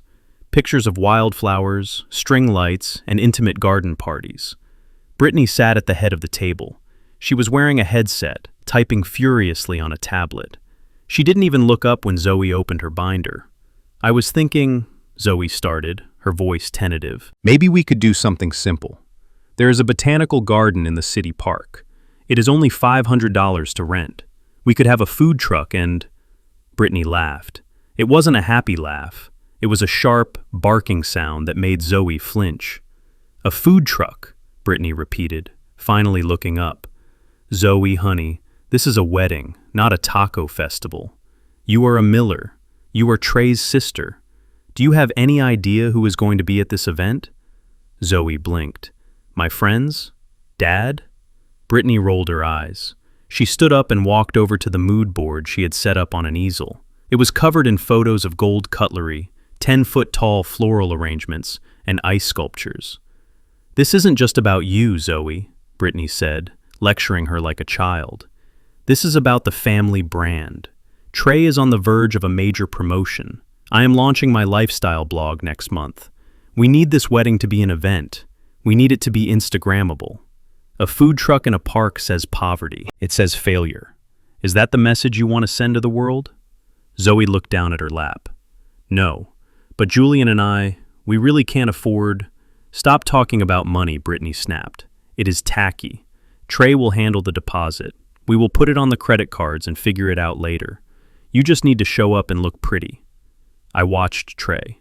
He was standing by the window, swirling a glass of scotch, even though it was 2 in the afternoon. He looked pale. He knew he couldn't afford this. He knew his credit cards were already maxed out, but he didn't say a word. He was too afraid of his wife's ambition to protect his sister's happiness. "So," Brittany continued, clapping her hands together, "the venue. I have already made the decision. We are going with the Grand Pavilion." I choked on my coffee. The Grand Pavilion. It was the newest, most exclusive event space in the city. It was a masterpiece of modern architecture, featuring a cantilevered glass roof, Italian marble floors, and a ballroom that floated over the city skyline. It was booked solid for 2 years. The waiting list was legendary, and I knew every inch of it. I knew that the marble was imported from Carrara because I signed the purchase order. I knew that the glass roof was reinforced with titanium alloy because I insisted on the upgrade. I knew the HVAC system, the electrical grid, and the Secret Service elevator in the back, because M&G Construction built it, and Ray B. Holdings, my holding company, owned the deed. Brittany looked at me with disdain. "Do you have a problem, Gus?" she asked. I set my cup down. "It is a very expensive venue, Brittany. I heard the deposit alone is $20,000. Brittany smirked. She walked over to me, her heels clicking on the hardwood floor. "That is why you leave the planning to the adults, Gus," she said. "I know people. I have connections. I made a few calls this morning. I pulled some strings. They are going to squeeze us in for the second weekend in June. It is a miracle, really.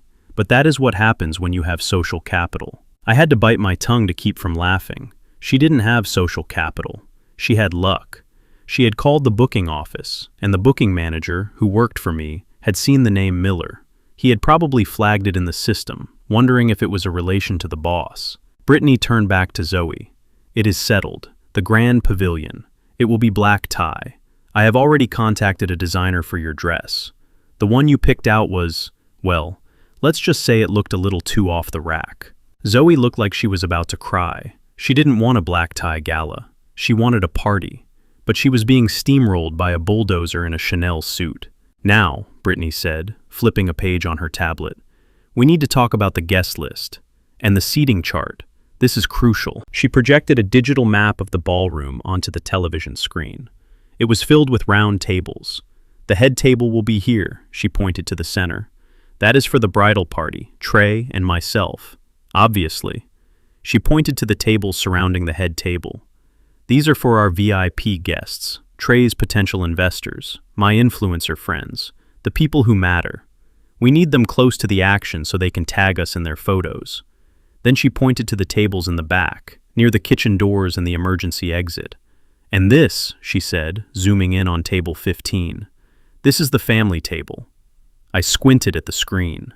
Table 15 was tucked behind a large structural pillar. It was in the shadows.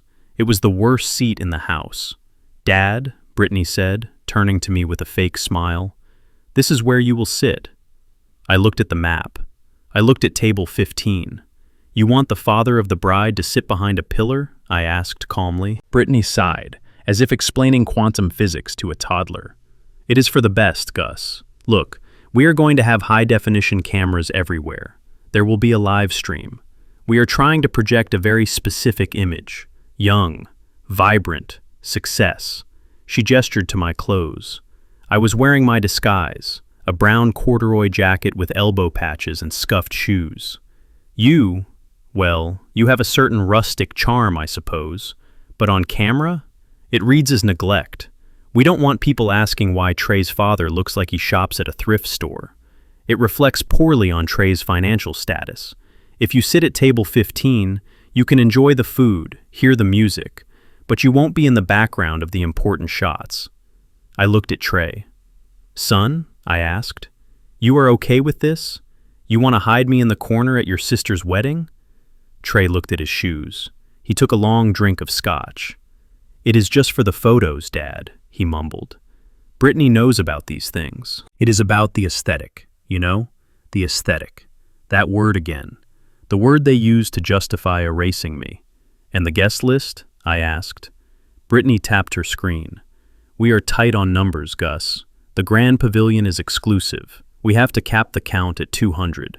Trey and I have about 150 guests. Julian has his family. Zoe has a few friends." She looked at me.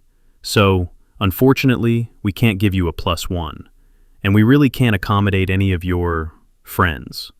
"My friends?" I asked.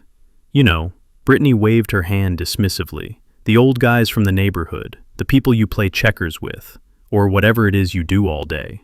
They wouldn't be comfortable at an event like this, Gus. It is $500 a plate. They wouldn't know which fork to use. It would be embarrassing for them. And for us." I thought about Mateo. I thought about Maria and Abuela. I thought about the family that had taken me in when these people threw me out. Mateo owned half the construction company that built the room Brittany was so desperate to stand in. He could buy this entire wedding with the cash in his pocket, and she was worried he wouldn't know which fork to use. The irony was so rich I could taste it. It tasted like blood. "So, let me get this straight," I said, standing up slowly. "You are hijacking my daughter's wedding. You are booking a venue you can't afford. You are putting it on credit cards that will cripple my son. And you are telling me that I, the father of the bride, must sit in the dark, alone, without a single friend, so I don't ruin your Instagram photos." Brittany crossed her arms. "When you put it like that, it sounds harsh, Gus. I prefer to think of it as strategic curation, but yes, that is the plan. Do you have a problem with it? Because if you do, you are welcome to not come. Though that would break Zoe's heart. She was holding Zoe hostage. She knew I wouldn't miss my daughter's wedding. She knew I would endure any humiliation to walk her down the aisle. I looked at Zoe. She was crying silently now, tears dripping onto her binder of wildflowers. She looked at me, shaking her head, begging me with her eyes not to make a scene, not to fight. She just wanted it to be over. I looked at Brittany. She was smug. She thought she had won. She thought she had put the old dog in his kennel. I took a deep breath. I channeled the patience of a sniper waiting for the perfect shot. "No, Brittany," I said. "I don't have a problem with it." Her eyes widened in surprise. "You don't?" "No," I said. "I think it is a brilliant plan. The Grand Pavilion is a magnificent choice, truly." I walked over to the screen. I touched the image of table 15. "And this table? It is perfect. I like the dark. It gives a man time to think. And as for my friends, you are right. They probably wouldn't fit in with your crowd." Brittany relaxed. She smiled, a genuine smile of relief. "Oh, Gus, thank you. I knew you would understand eventually. It is just business, really. We want everything to be perfect for Zoe." "For Zoe," I repeated. "Of course." I walked over to my daughter. I put a hand on her shoulder. "It is going to be a wedding to remember, sweetheart," I whispered. "I promise you that."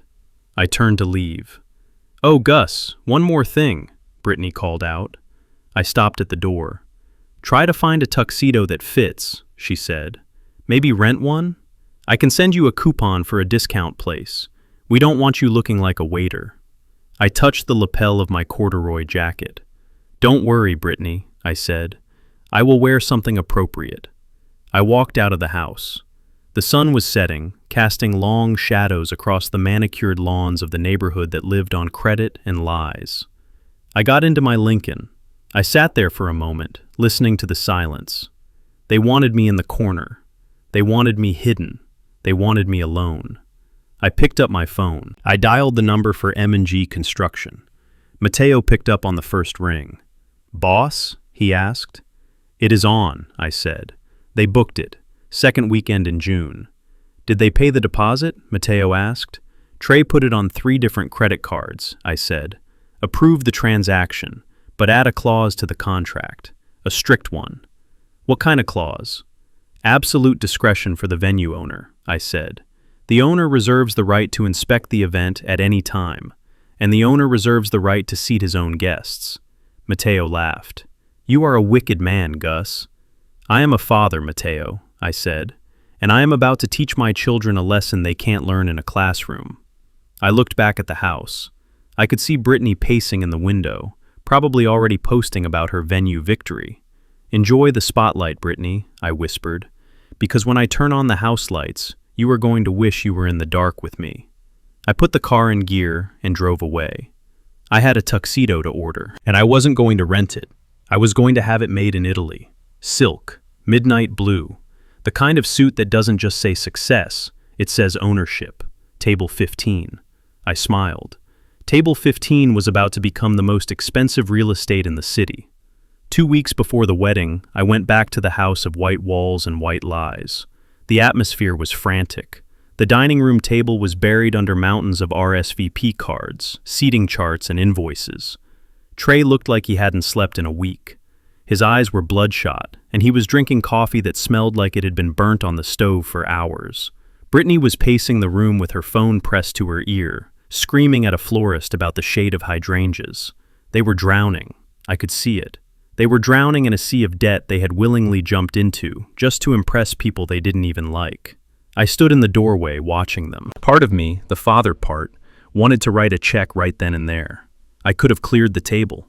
I could have paid for the flowers, the venue, the catering, and the honeymoon with one signature.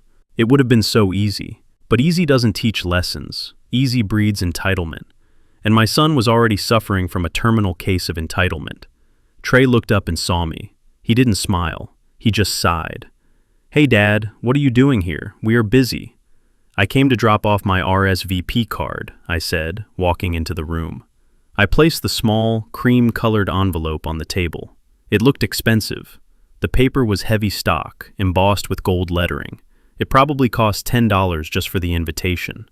"You could have mailed it," Brittany snapped, taking the phone away from her ear for a second. "We don't have time for social visits, Gus."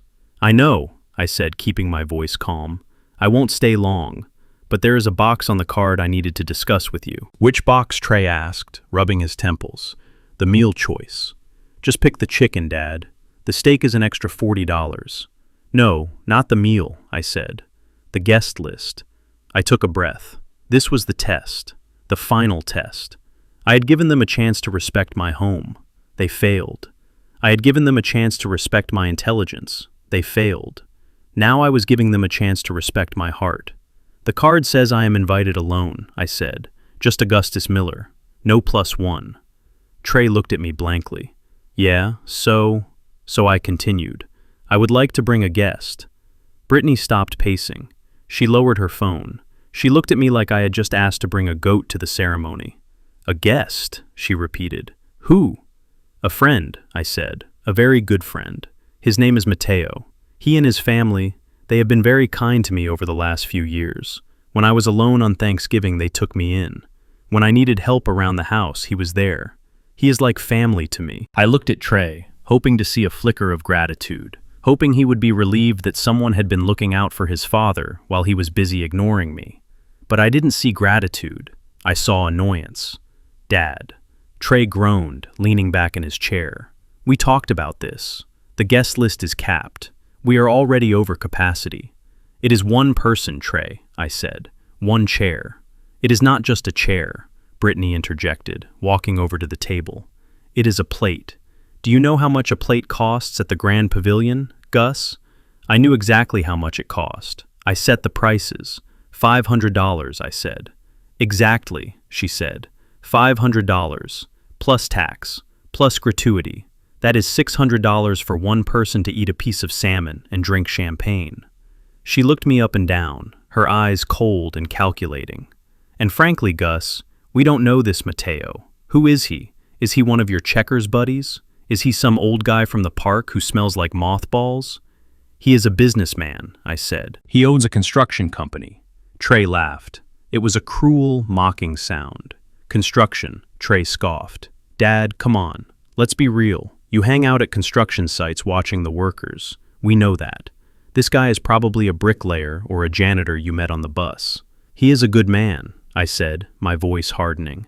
He has more integrity in his little finger than the people you are inviting to impress. That is not the point, Trey snapped, slamming his hand on the table. The point is the aesthetic, Dad. Look at the seating chart. He pointed to the digital map on his laptop. We have the CEO of Technova at table 3. We have the vice president of marketing at table 4. We have influencers. We have investors. These are high-caliber people, Dad. We can't have some random blue-collar friend of yours wandering around making small talk. It would be awkward. Awkward? I asked. Embarrassing, Brittany corrected. It would be embarrassing. We are trying to network, Gus. We are trying to elevate our status. Having your diverse group of friends there doesn't fit the brand. She used the word diverse like it was a slur, like it was something dirty. I looked at them. I really looked at them. They were sitting in a house they couldn't afford, planning a wedding they couldn't pay for, worrying about the opinions of people who didn't care about them. And in their desperate climb to the top, they were kicking the only people who actually loved them down the stairs. So the answer is no, I asked quietly. The answer is no, Dad, Trey said, taking a sip of his cold coffee. Come alone. Sit at table 15. Eat your chicken, and try not to make a scene. This is Zoe's day. Don't make it about you. Zoe's day. They kept using her name as a shield, but they weren't protecting Zoe. They were using her wedding as a stage for their own vanity. I looked at the RSVP card on the table. I reached out and picked up a pen. I checked the box for accept. I checked the box for chicken, and I drew a thick black line through the +1 field. I stared at that black line. It felt like drawing a line through my son's name in my will. It felt final. Okay, I said. Trey looked relieved. Brittany went back to her phone, instantly dismissing me. Thanks for understanding, Dad, Trey said without looking up. It is just economics. You get it. I get it, I said. I turned to leave. But at the door I stopped. Trey, I said. Yeah, Dad. You said the plate costs $500. Yeah. Why? I just wanted to be sure, I said. I wouldn't want you to lose money on me. Trey waved his hand dismissively. Don't worry about it. Just show up on time. And wear the tux Brittany sent you the link for. The cheap one. I walked out of the house. The air outside was warm, but I felt cold. A deep glacial cold that settles in the bones when you realize that the love you gave for 40 years was poured into a sieve. I walked to my car. I sat in the driver's seat of my Lincoln. My hands gripped the steering wheel. He called Mateo a janitor. He called my friends embarrassing. He put a price tag on my dignity. $500. That was what I was worth to him. A cost, a liability. I didn't start the car immediately. I sat there and let the feeling wash over me. It wasn't sadness anymore. Sadness implies hope. Sadness implies that you wish things were different. This wasn't sadness. This was resolve. I reached into my pocket and pulled out my phone. I dialed Mateo. He answered on the second ring. I could hear the sound of a saw in the background. Hey, Pops, Mateo shouted. Everything good? No, Mateo, I said. Everything is not good. The saw stopped instantly. What happened? Mateo asked, his voice dropping. Did they hurt you? They didn't hurt me, I said. They erased me. I told him what happened. I told him about the invite. I told him about the $500. I told him what Trey said about him. There was a silence on the other end of the line. A heavy, angry silence. He called me a what? Mateo asked quietly. He doesn't know you, Matteo, I said. He judged you without meeting you, just like he judged me. So I am not invited? Matteo said. No, I said. You are not invited by the groom. I paused. But you are invited by the landlord. Matteo chuckled, a low, dark sound. What do you want to do, Gus? I looked at the house one last time. I saw Trey walking past the window, still pacing, still stressed, still blind. I want to teach them a lesson in economics, I said. They are worried about the cost of a plate. They are worried about the price of admission. I took a deep breath. Matteo, get the suit. Get the whole family. Get Maria. Get the kids. Get Abuela. Abuela? Matteo asked, laughing. Especially Abuela, I said. She needs to judge the food. We are going to crash the wedding, Gus, Matteo asked. No, I said. We are not crashing. You can't crash a party when you own the building. We are going to perform an inspection, a structural inspection. We are going to test the strength of the foundation. And Matteo, I added, yeah, boss, bring the gift. The deed, Matteo asked. The deed, I said. I think it is time Zoe knew exactly who her father is. And I think it is time Trey knew exactly who he isn't. I hung up the phone. I started the car. The engine roared to life. I drove away from the White House with the white lies. I drove toward the city, toward the skyline, toward the future. Trey wanted me to sit in the dark at table 15.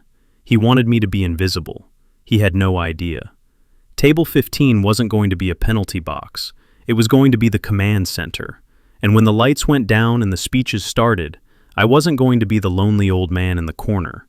I was going to be the man who turned on the lights. The rain was tapping against the window pane, a steady, rhythmic drumming that usually brought me peace, but tonight it sounded like a countdown. I sat in my armchair, the leather worn smooth by decades of reading and thinking. The house was quiet, too quiet. It was the kind of silence that comes before a storm breaks. I was looking at the calendar on the wall. June 10th, 2 days before the wedding. 2 days before the curtain rose on the play my family had scripted without knowing I was the director. Then the doorbell rang. It wasn't a polite ring. It was a desperate, continuous press, as if the person on the other side was leaning against the frame to keep from falling. I got up, my knees popping slightly. I walked to the door and opened it. Zoe was standing on the porch. She wasn't wearing a coat despite the rain. Her hair was plastered to her forehead, and her mascara was running down her cheeks in dark streaks. She looked like a ghost of the happy, vibrant girl who had come home 5 years ago. "Dad," she whispered, her voice cracking. "Zoe, come in." I pulled her inside out of the cold. She was shivering violently. I didn't ask questions. I just guided her to the living room and wrapped a heavy wool blanket around her shoulders. I went to the kitchen and put the kettle on. I made her tea with extra honey, just the way her mother used to make it when she scraped her knees as a child. When I handed her the mug, she gripped it with both hands, as if it were the only solid thing in the world. "Talk to me, sweetheart," I said, sitting on the ottoman in front of her. "What happened?" She took a shaky breath. "It is over, Dad. We have to cancel." "Cancel the wedding?" I asked gently. "Everything," she sobbed. "The wedding, the reception, the future." She took a sip of tea, her hands trembling so much the liquid sloshed over the rim. "Julian called me an hour ago. The investors, the venture capital firm that was supposed to fund his startup. They pulled out. The market volatility. They got scared. They withdrew the term sheet, Dad." I nodded slowly. I knew the market was rough. I had seen the indicators on my Bloomberg terminal in the trailer. But for Julian, it wasn't just a market correction. It was a death sentence. "He is broke, Dad," Zoe continued, tears spilling over again. "He put everything he had into payroll to keep his developers. He has zero liquidity, nothing." "And the wedding?" I asked. "That is the worst part," she cried. "Brittany. She didn't listen to us, Dad. We gave her a budget. We told her $10,000 max. But she went ahead and booked the platinum package at the Grand Pavilion. She ordered the imported orchids. She ordered the 5-course meal with the lobster tail." Zoe looked at me with wide, terrified eyes. "She put the deposits on her credit card, but the contract is in my name, Dad. She made me sign it electronically weeks ago, saying it was just a formality to hold the date." I felt a flash of cold anger. Brittany hadn't just hijacked the wedding, she had set my daughter up as the fall guy. "How much?" I asked. $50,000, Zoe whispered. The final balance is due tomorrow morning. If we don't pay, they cancel the event and we lose the deposits. And worse. Brittany says if we cancel, we still owe the full amount because it is within the 48-hour window. She buried her face in her hands. We don't have $50,000, Dad. Julian has $40 in his checking account. I have my savings, but that is for our rent. We are going to start our marriage in bankruptcy court. Brittany is screaming at me. She says I am embarrassing the family. She says I am ruining her brand launch because she invited all these influencers. I looked at my daughter. She was broken. She was being crushed by the weight of expectations she never asked for. I reached out and took her hands, pulling them away from her face. Zoe, look at me. She looked up, her eyes red and swollen. Do you love Julian? I asked. Yes, she sobbed. More than anything. He is a good man, Dad. He is just unlucky right now. And does he love you? Yes. Then the marriage isn't canceled, I said firmly. The marriage is the two of you. The wedding is just a party. But the money, Dad, Zoe cried. The venue, the contract, they will sue us. Brittany said the owners of the Grand Pavilion are ruthless. She said they will come after our assets. I had to suppress a smile. Ruthless. Yes, I suppose I could be ruthless when I needed to be, but not to my own blood. Zoe, I said, my voice calm and low. I want you to listen to me very carefully. I waited until she stopped crying and focused on my face. You are not going to cancel. But Dad, you are going to go home, I said. You are going to hug Julian. You are going to tell him that his bad luck is just a chapter, not the whole book. And tomorrow you are going to put on that dress. But the money, she repeated, her voice rising in panic. Who is going to pay the $50,000, Dad? Trey won't. He says his liquidity is tied up in crypto. Brittany won't. She says it is our responsibility. I leaned back. I looked around my modest living room. I looked at the peeling wallpaper and the old furniture. Let them have their party, I said. Let Brittany have her influencers. Let Trey play the big shot host. I reached into my pocket and pulled out a handkerchief. I handed it to her. Don't worry about the bill, Zoe. She looked at me confused. Dad, what are you talking about? It is $50,000. I smiled. It was a gentle smile, the smile of a grandfather giving a grandchild a candy bar. I have a little savings, I said. Zoe froze. She looked at me with a mixture of love and pity. Dad, she said softly, you live on a fixed income. You clip coupons. I know you have a little nest egg for emergencies, but $50,000? That is your life savings. That is your medical money. I can't take that. It is a little more than you think. I lied smoothly. I put some away back in the good years, before Mom got sick. It is sitting in a rainy day fund. Dad, no, Zoe said, shaking her head. I won't let you destitute yourself for a party. It is not worth it. It is worth it to see you smile, I said. And besides, maybe the owner of the venue will be lenient. Maybe he will work out a payment plan. Brittany says he is a shark, Zoe said, shivering. She said he is impossible to reach.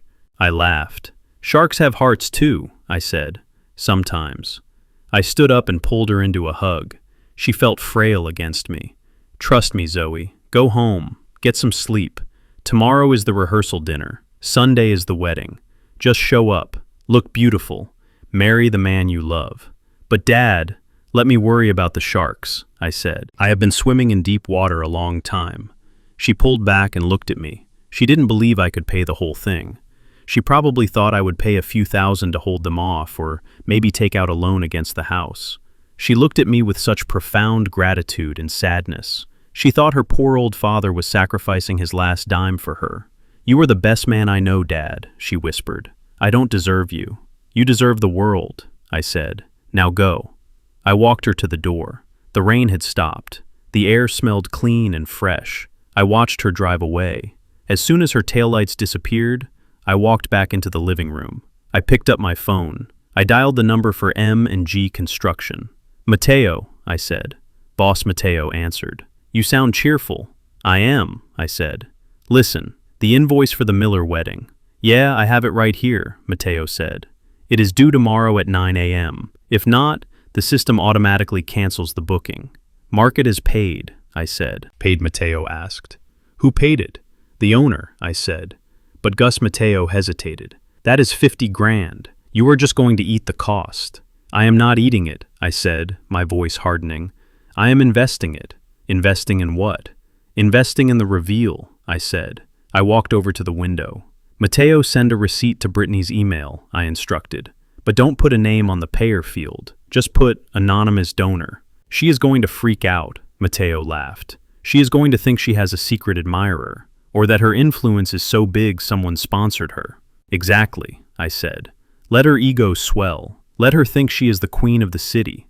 Let her strut around that ballroom thinking she got away with it. Because the higher she flies, the harder she falls. And Mateo, I added. Yeah, table 15. Make sure the lighting is dramatic. You got it, boss. I hung up the phone. Zoe thought I was giving her my life savings. She didn't know that $50,000 was what M&G Construction made before lunch on a Tuesday. She thought I was a fragile old man trying to be a hero. She had no idea that I wasn't the hero of this story. I was the author, and the final chapter was going to be a masterpiece. The Grand Pavilion did not just sit on the city skyline, it dominated it. It was a cathedral of commerce and celebration, a structure composed of soaring glass walls and reinforced steel beams that caught the afternoon sun and shattered it into a million diamonds. I stood at the base of the main staircase, looking up at the cantilevered roof. I remembered the day I drew the initial sketch for that roof on a napkin in a diner. I remembered the arguments with the city engineers who said it couldn't be done. I remembered the exact tensile strength of the cables holding it up. To the hundreds of guests filing in, wearing their rented tuxedos and sequined gowns, this was just a fancy building. To me, it was a symphony of physics and ambition. I handed my keys to the valet. He was a young kid, new to the job. He looked at my 10-year-old Lincoln with a sneer. He didn't know that the car was in perfect mechanical condition. He just saw an old sedan that didn't fit the parade of Mercedes and Range Rovers lining the drive.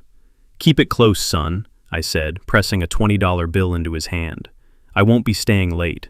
He took the money without saying thank you and drove off, peeling out slightly just to show his disdain. I adjusted my jacket. It was midnight blue made of vicuña wool and silk. I had flown my tailor in from Milan to measure me for it 3 weeks ago. It cost more than the ballet's car. It fit me like a second skin, moving with every breath, hiding the slight stoop in my shoulders and making me look 10 years younger.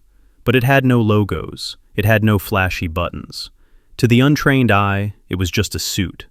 I walked up the stairs. The air inside smelled of imported lilies and expensive perfume. The lobby was a cavern of white marble and gold leaf, and standing in the center of it, acting like royalty holding court, were my son Trey and his wife Brittany. Brittany was wearing a dress that probably cost more than my house. It was silver tight and covered in crystals. She looked like a disco ball. She was shouting at a waiter who was trying to balance a tray of champagne flutes. "No, I said the vintage Dom Perignon for the VIP hour," she hissed, snapping her fingers in the poor man's face. "This is the regular brute. Take it back." "Do you know who I am? I am the host." The waiter looked terrified. I recognized him. His name was Henri. He had been with my catering company for 10 years. He was a good man with 3 kids. I stepped forward. "Brittany," I said, my voice cutting through the noise. She spun around. Her eyes scanned me up, down, and then up again. She didn't smile. She didn't say hello. She just let out a short, sharp breath of relief. "Oh, good," she said. "You are here, and you are on time for once." She walked over to me, her heels clicking aggressively on the marble I had paid for. She reached out and plucked a piece of imaginary lint off my lapel. "Well," she said, tilting her head, "it fits better than I expected. Did you use the coupon I sent you?" I didn't answer. I just looked at her. "It is fine," she continued, answering her own question. "It is clean. That is all that matters. Just try not to stand next to the groomsmen. Their suits are Armani, and the difference in quality will be obvious in the photos." The irony was so thick I could almost taste it. She was looking at a $5,000 bespoke masterpiece and comparing it unfavorably to an off-the-rack suit that Trey had put on a credit card. It was the perfect metaphor for her entire life. She knew the price of everything and the value of nothing. Trey walked over. He looked sweaty. He was holding a glass of scotch, and his eyes were darting around the room, looking for someone important to impress. "Dad," he said, giving me a limp handshake. You made it. Look, we are swamped right now. The CEO of Technova just walked in and I need to go network. He grabbed my arm. His grip was firm, steering me away from the center of the room. We need to get you to your seat, Trey said, pushing me toward the back of the lobby. My seat? I asked. The ceremony hasn't started yet.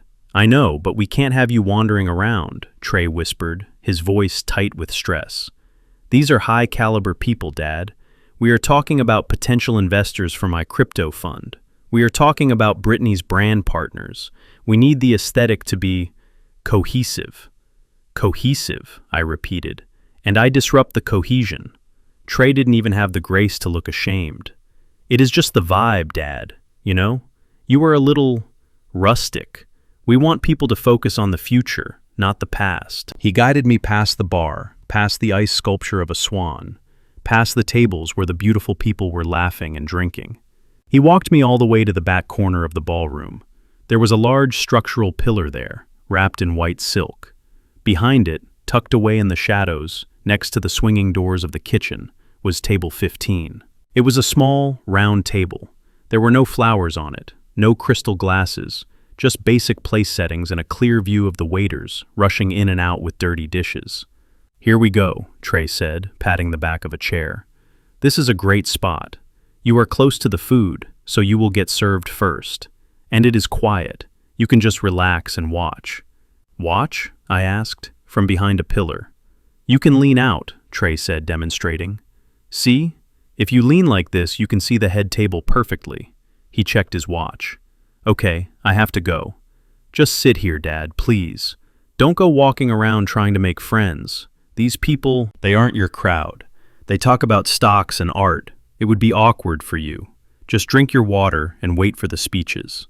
He turned to leave, but then stopped. Oh, and Dad. Yes, Trey. When the photographer comes around, maybe just look down at your plate, or turn away. We are going for a very specific editorial look for the album. I looked at my son. He was sweating in his tight suit, terrified that his own father would ruin his illusion of success.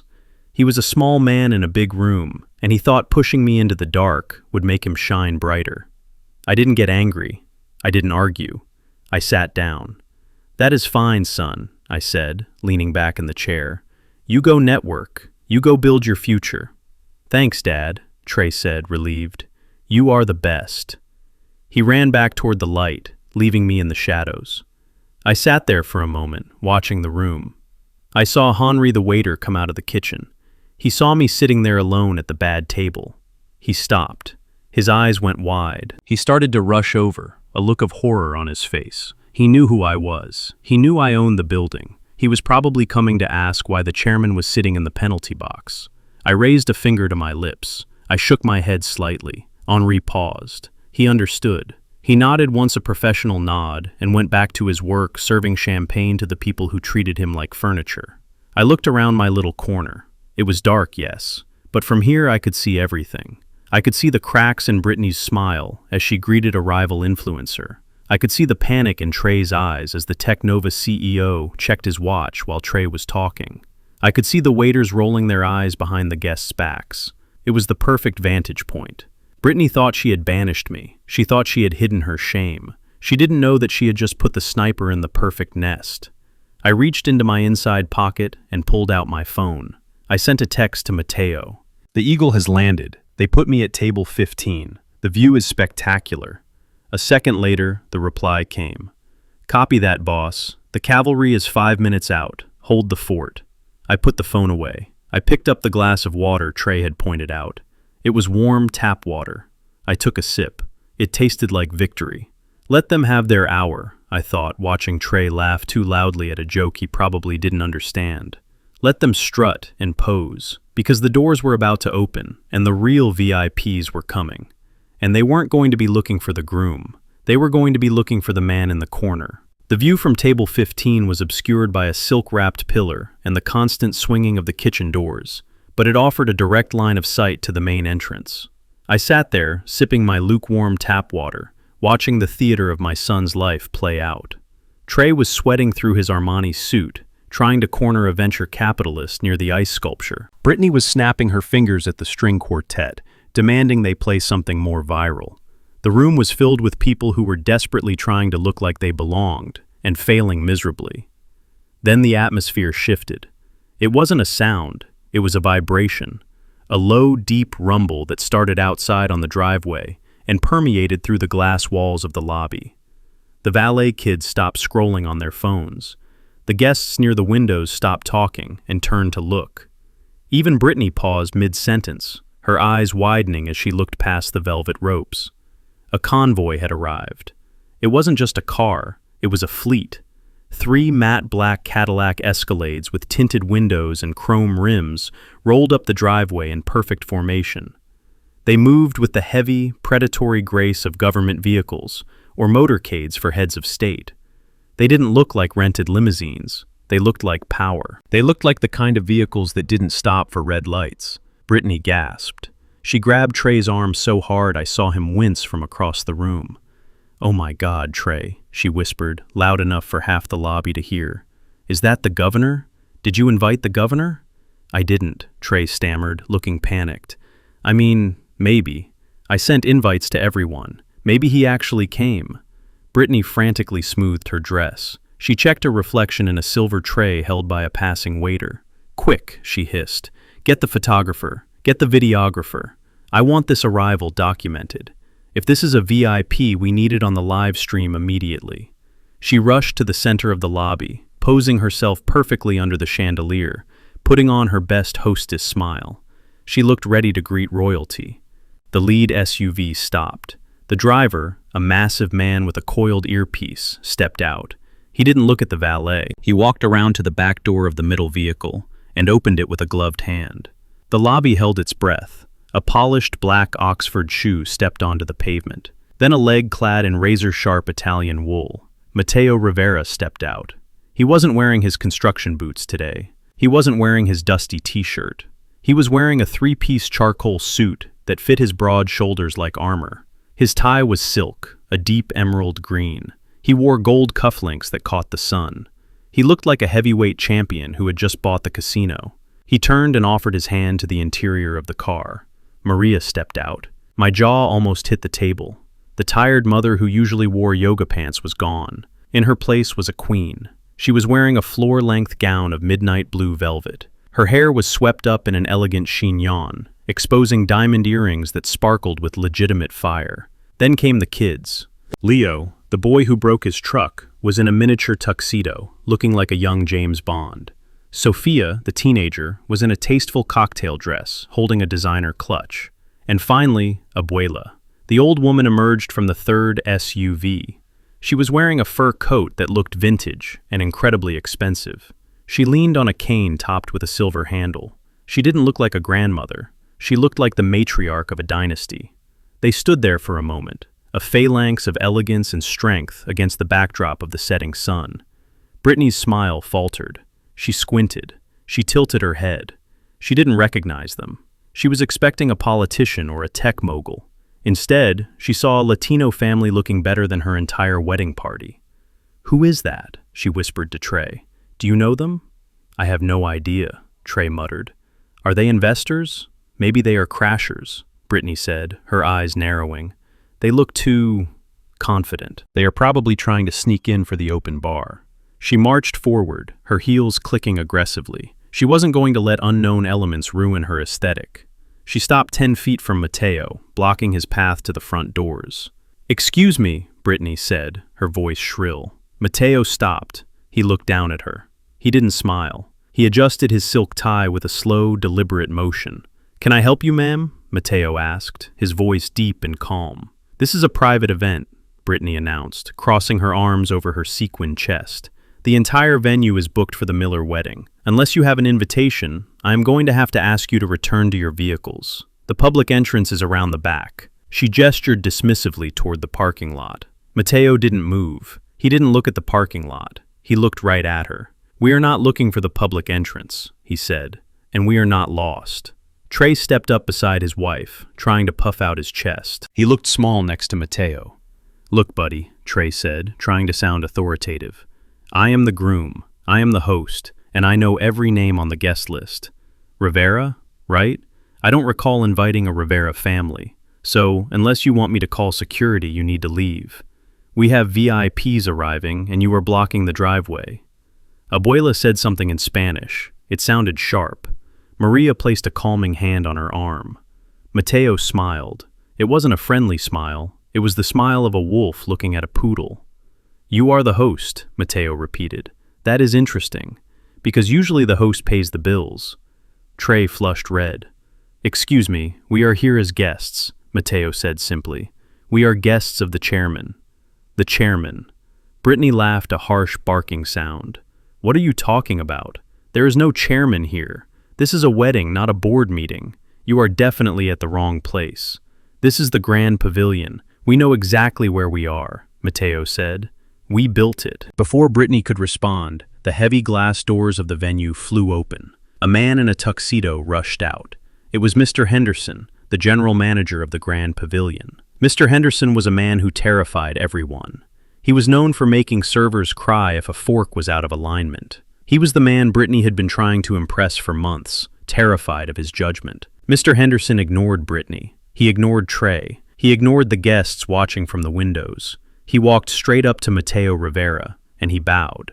It wasn't a small nod. It was a deep, respectful bow from the waist. "Mr. Rivera," Mr. Henderson said, his voice trembling slightly with reverence. "Welcome back, sir. We didn't expect you to grace us with your presence today. It is an honor, truly an honor." Brittany's mouth fell open. She looked at Mr. Henderson, then at Mateo, then back at Mr. Henderson. "Mr. Henderson," she stammered, Do you know these people? They are crashing my wedding." Mr. Henderson stood up straight. He looked at Brittany with a cold disdain that froze the blood in her veins. "Mrs. Miller," he said icily, "Mr. Rivera is not crashing. Mr. Rivera is the co-owner of M&G Construction." He swept his hand toward the building, toward the glass roof, toward the marble floors. "He built this facility," Mr. Henderson continued. "He owns the walls you are standing in. If Mr. Rivera wishes to attend your wedding, he does not need an invitation. He has the keys." The silence that followed was absolute. The valet stopped the car. The string quartet inside seemed to fade away. Trey looked like he had been slapped. He looked at Mateo's suit. He looked at the Escalades. You own the building," Trey whispered. "Half of it," Mateo corrected. He looked past Trey. He looked past Brittany. He looked through the glass doors of the lobby, straight to the back of the room, straight to the shadows where I was sitting. He gave a small, almost imperceptible nod. "I am just the junior partner," Mateo said, turning his gaze back to Trey. "I am here representing the majority shareholder, the chairman." "The chairman?" Brittany whispered, the color draining from her face. "Who is the chairman?" Mateo didn't answer her. He just smiled again.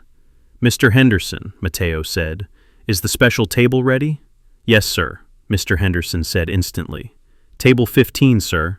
We have prepared it exactly as requested." "Table 15." Brittany gasped. Her hand flew to her mouth. "No, that is impossible. Table 15 is—" Mateo stepped forward, forcing Brittany to step back. "Table 15 is where the real power sits, Mrs. Miller," Mateo said. He turned to his family. "Vamos," he said. The Rivera family walked past the stunned couple. They walked with their heads high.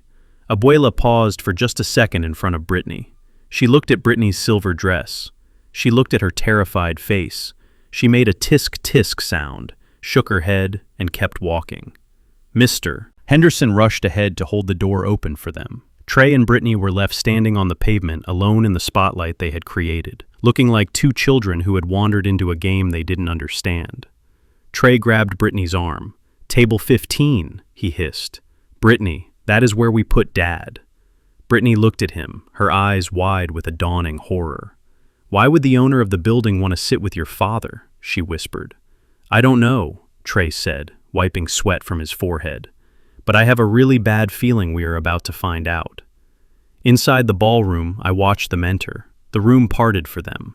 Mateo didn't stop at the bar. He didn't stop to network. He led his family straight through the crowd, straight past the VIP tables, straight past the influencers. He walked right up to the pillar in the dark corner. He stopped in front of my table.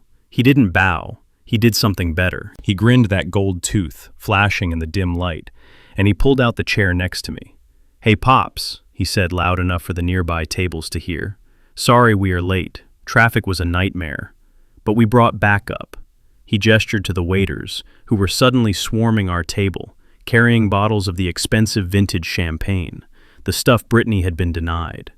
I looked at my son standing in the doorway, looking terrified. I looked at Matteo sitting beside me, looking like a king. I raised my glass of water. "Right on time, partner," I said. "Right on time." The wedding hadn't even started yet, but the funeral for my son's ego had just begun. The ballroom was a sea of whispers as the Rivera family made their way across the marble floor. It was a long walk from the entrance to the back corner, where I sat in the shadows of table 15. Usually, when wealthy, powerful people enter a room, they gravitate toward the center. They seek the light. They seek the head table. But Matteo Rivera cut a path straight through the middle of the room, ignoring the outstretched hands of people desperate to be noticed by him. I saw the CEO of Technova, the man Trey had been sweating to impress all evening, actually stand up as Matteo approached. He adjusted his tie and prepared a smile, ready to intercept this new power player. But Matteo walked right past him. He didn't even blink. He treated the billionaires and the influencers like they were traffic cones on a construction site, obstacles to be navigated around, not destinations to be reached. The hush that fell over the room was absolute. You could hear the ice melting in the glasses. Everyone was asking the same question. Where is he going? Why is the man who owns the building walking toward the kitchen doors? When Matteo finally reached my table, the pillar that was supposed to hide me became the spotlight. He didn't stand on ceremony. He didn't wait for a waiter to pull out his chair. He stopped right in front of me, his face breaking into a grin that was brighter than the chandelier above us. "Hey, Pops," he said, his voice booming in the quiet corner. He didn't offer a handshake. He opened his arms and pulled me into a bear hug. It wasn't a gentle, polite hug. It was a crushing embrace, the kind that smelled of expensive cologne and genuine affection. It was the hug of a son returning from war, finding his father safe. I hugged him back. I patted his back, feeling the solid muscle beneath the Italian wool. "Hello, Matteo," I said, my voice thick with emotion. "You made an entrance." "We try," Matteo laughed, pulling back but keeping his hands on my shoulders. He looked me up and down, inspecting my tuxedo. "Looking sharp, Gus. The Cunha wool?" "You know it," I said. Matteo turned to the table. Maria was already seated, organizing the kids. Abuela was standing there, looking at the table setting with profound disappointment. She picked up a fork, examined it, and dropped it back onto the table with a clatter of disdain. "Table 15, Matteo said, shaking his head. He looked at the swinging kitchen doors just 3 feet away. He looked at the shadow cast by the pillar. "They really put you in the penalty box, didn't they, Pops?" "It is quiet," I said, shrugging. "I like the quiet. Quiet is for libraries," Matteo said. "This is a wedding." He snapped his fingers.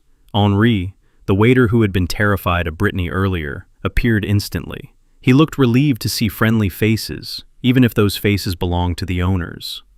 "Mr. Rivera," Henri said, bowing slightly. "Henri," Matteo said, "this table is too small. We have a full house. Bring 2 more chairs. And Henri?" "Yes, sir?" "Get the good wine, not the swill they are serving out there. Go to my private reserve in the cellar. Bring the 82 Bordeaux, and bring some juice for the kids." Henri nodded vigorously and vanished. I watched as the Rivera family settled in. The table that was meant for one lonely old man was suddenly overflowing with life. Leo was showing me his cufflinks. Sophia was complimenting my tie. Maria was holding my hand, asking if I had been eating enough. For a moment, the rest of the wedding didn't exist. The glitz, the glamour, the pretension. It all faded away. I was back at the Golden Fork on Thanksgiving. I was surrounded by warmth. But in the center of the room, the storm was gathering. I saw Trey. He was standing near the head table, his face a mask of panic and confusion. He was watching the most important guest in the room, sitting with the father he had tried to erase. He saw the waiters rushing to our table with bottles that weren't on the menu. He saw the guests at the nearby tables turning their chairs around to watch us instead of looking at the bride and groom. His aesthetic was crumbling. His narrative was falling apart. Brittany was whispering furiously in his ear, pointing at us with a jagged, acrylic nail. She looked like she was about to scream. Trey nodded. He downed the rest of his scotch in one gulp. He straightened his jacket. And then he started marching toward us. He didn't look like a groom coming to greet guests. He looked like a bouncer coming to throw out a drunk. His face was flushed red, contrasting clashes with his white collar. He stomped past the VIP tables. He ignored his sister Zoe, who was watching from the head table with a look of hope on her face. He came straight for us. He stopped at the edge of our table. He loomed over me, trying to use his height to intimidate. "What is going on here?" Trey demanded, his voice trembling with rage.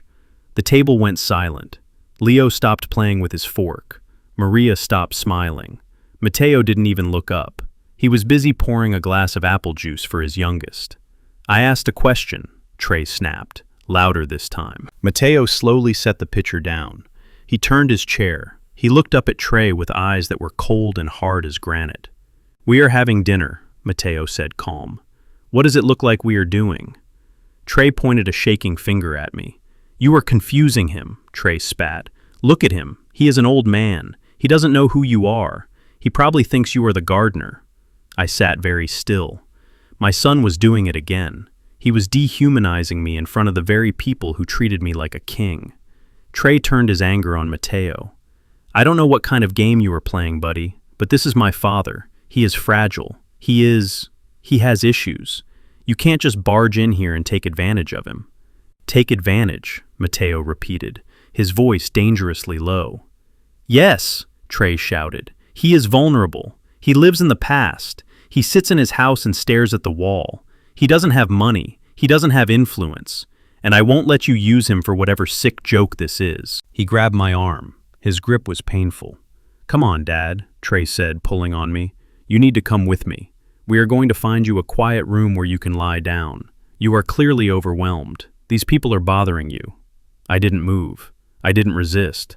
I just looked at his hand on my sleeve. "Take your hand off him." The voice didn't come from me. It came from Mateo. Mateo stood up. He rose slowly, unfolding his frame until he towered over Trey. I said, "Take your hand off him." Trey flinched. He let go of my arm. He stepped back, intimidated by the sheer physical presence of the man in front of him. "You are making a scene," Trey hissed. "This is my wedding, and this is my friend," Mateo said. "Your friend?" Trey laughed, a hysterical, high-pitched sound. "You don't even know him. He is a retired bricklayer. He is nobody." The ballroom was silent now. Everyone was watching. The music had stopped. Mateo stepped closer to Trey. He invaded his personal space. He leaned down until his face was inches from Trey's. "Nobody?" Mateo asked softly. He turned and looked at me. He looked at the man in the bespoke suit. He looked at the man who had taught him how to save a failing project with a pencil and a napkin.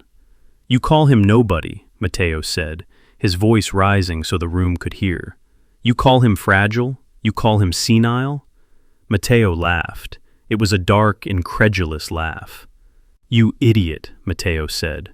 He pointed at me with absolute reverence. "This man isn't senile. This man is the sharpest mind in this entire city." Trey scoffed. "He is a retired engineer. He hasn't worked in 30 years. Mateo shook his head. "You really don't see it, do you? You look at him and you see an old coat. I look at him and I see the architect." Mateo gestured to the glass roof above us. "Who do you think designed the stress load for that roof, Trey? Who do you think calculated the wind shear for the foundation? Who do you think sat in a trailer for 5 years, reviewing every single blueprint, every single contract, every single invoice for M&G Construction?" Trey blinked. "What are you talking about?" "I am talking about the brain," Mateo roared. He placed a hand on my shoulder. "I am the muscle," Mateo said, tapping his own chest. "I pour the concrete. I shake the hands. But him?" He patted my shoulder. "He is the brain of M&G Construction. He is the silent partner. He is the reason this building is standing. He is the reason my company is worth $50 million. Trey looked at me. His mouth opened and closed. "That is impossible," Trey stammered. He mows his own lawn. He drives a Lincoln." Mateo smiled. "Because he is humble," Mateo said. Because he doesn't need to drive a Porsche to feel like a man. Because he knows that wealth isn't what you wear, it is what you build. Matteo leaned in close to Trey again. You treated him like trash, Matteo whispered. You put him in the corner behind a pillar. You told him he wasn't worth a $500 plate. Matteo picked up a bottle of the vintage Bordeaux that Henri had just placed on the table. A bottle worth $2,000. This bottle alone is worth more than your car, Matteo said. And we are drinking it to toast the man you threw away. Trey looked at the bottle. He looked at Matteo. He looked at me. Dad? Trey asked, his voice small.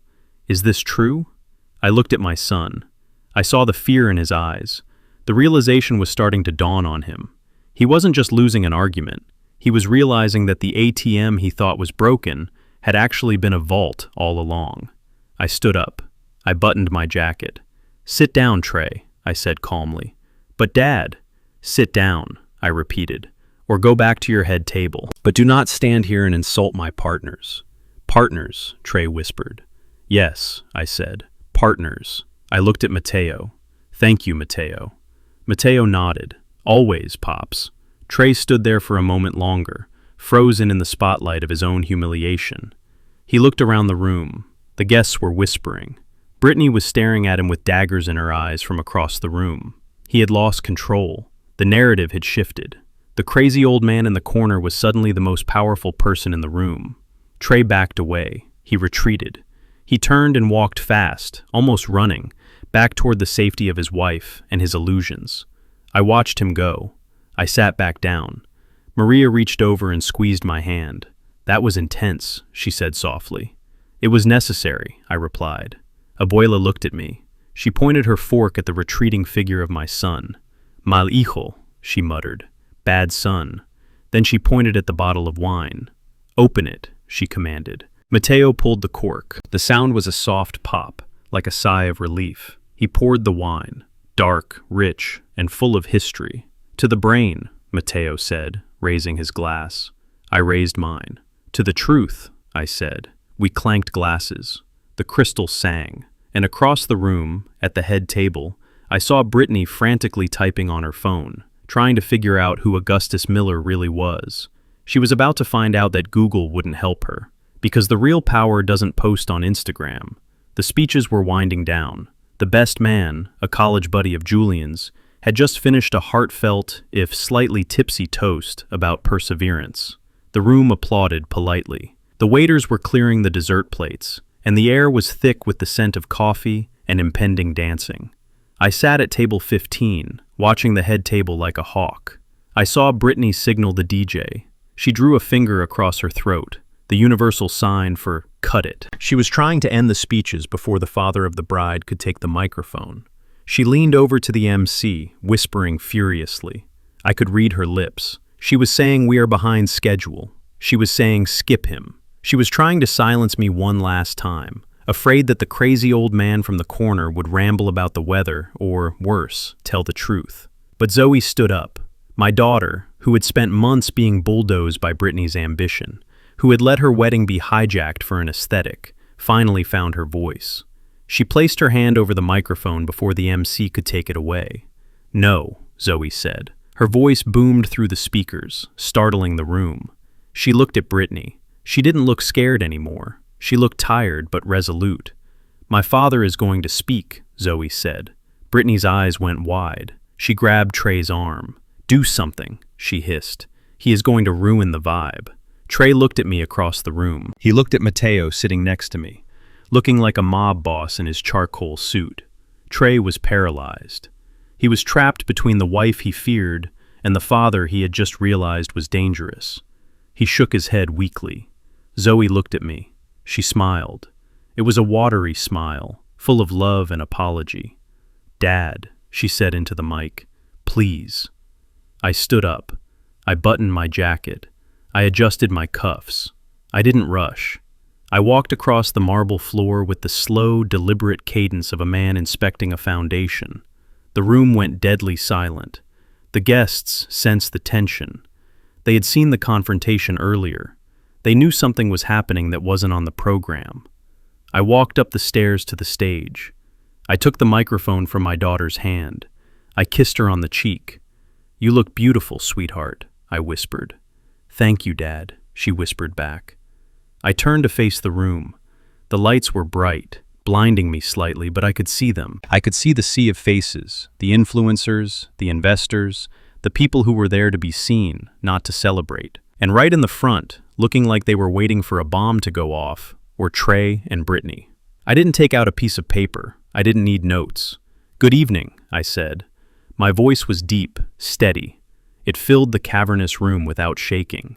For those of you who don't know me, my name is Augustus Miller. I am the father of the bride. And I am the father of the groom. I paused. I let that sink in. We talk a lot about family at weddings, I continued. We talk about blood. We talk about legacy. We talk about how family is the most important thing in the world. And usually, we believe it. But tonight, I want to tell you a different story about family. Trey shifted in his seat. He was staring at his water glass, refusing to look at me. Brittany was glaring, her knuckles white as she gripped the stem of her wine glass. 6 years ago, on Thanksgiving Day, I put on my best suit, I said. I roasted a 20-pound turkey. I made my wife's famous sweet potato pie. I was ready to drive over to my son's house to share a meal. I was lonely. My wife had passed away, and the holidays were hard. I just wanted to sit at a table with my blood. The room was quiet, uncomfortably quiet.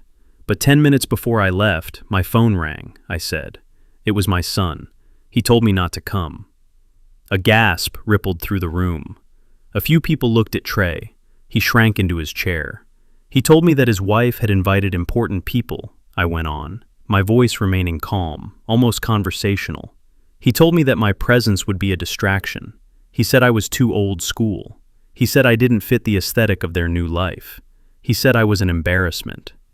Brittany opened her mouth to protest, to shout, to do something, but the silence of the room crushed her. She couldn't make a scene now without looking like a monster. So I threw the turkey in the garbage, I said, and I drove to a restaurant. I sat alone in a booth, watching other families laugh and eat. I felt like a ghost. I felt like my life's work, raising a child, had been a failure.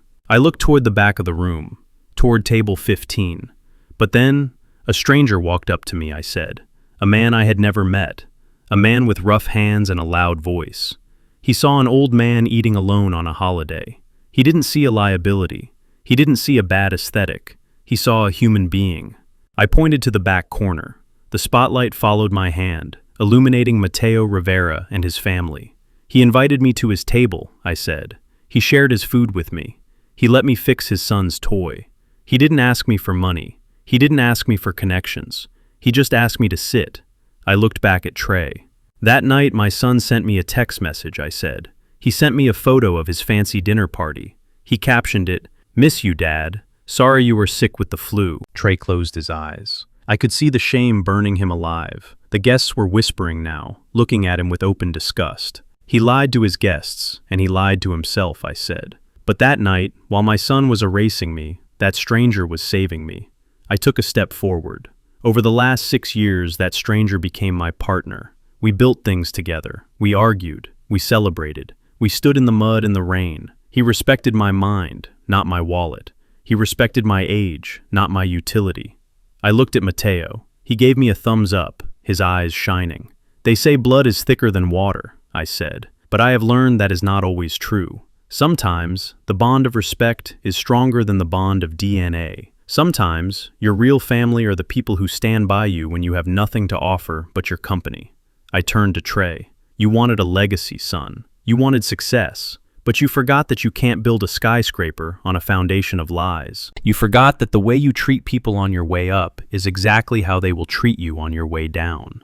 Then, I turned to Zoe. My beautiful daughter, I said, my voice softening. You are the innocent heart in this story.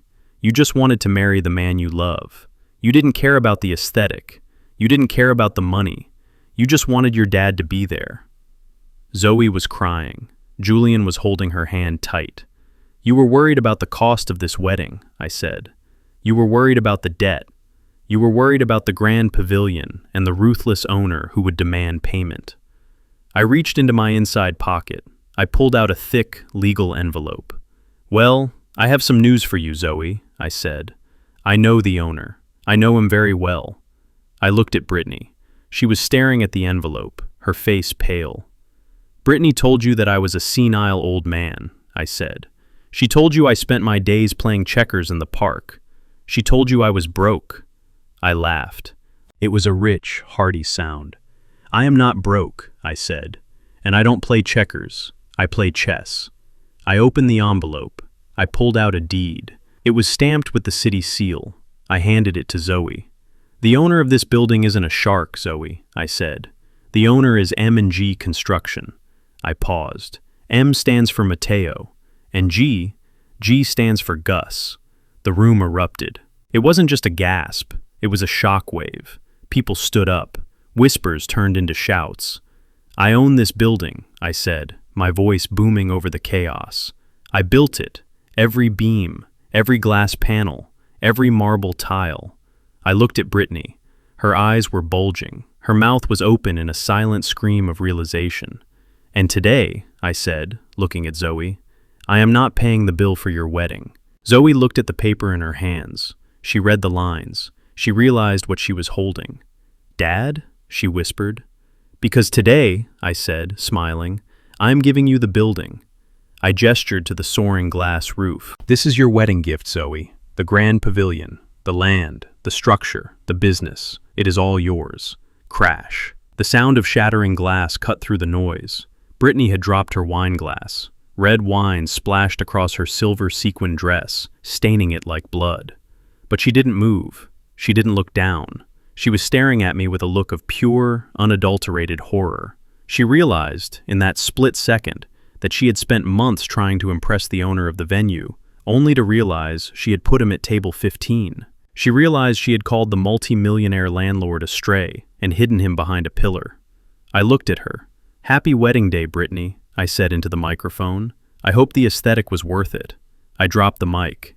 It hit the floor with a thud that echoed like a gavel. I walked off the stage. I didn't look at Trey. I didn't look at Brittany. I walked straight to my daughter, who was sobbing with joy, and I hugged her. And from the back of the room, above the applause and the shock, I heard Mateo's voice. That is my pop, he shouted. That is my pop. The empire had been revealed. The lesson had been taught. And the look on Brittany's face? That was worth more than any building in the world. The echo of the microphone hitting the floor was still ringing in the air when my son finally snapped. It was not a dignified break. It was the shattering of a man whose entire reality had just been revealed as a hallucination. Trey stood up, his chair scraping violently against the marble floor. His face was a deep, mottled red, the veins in his neck bulging against the collar of his shirt. He looked at me, then at the deed in Zoe's hand, then back at me. He was shaking, vibrating with a mix of humiliation and disbelief.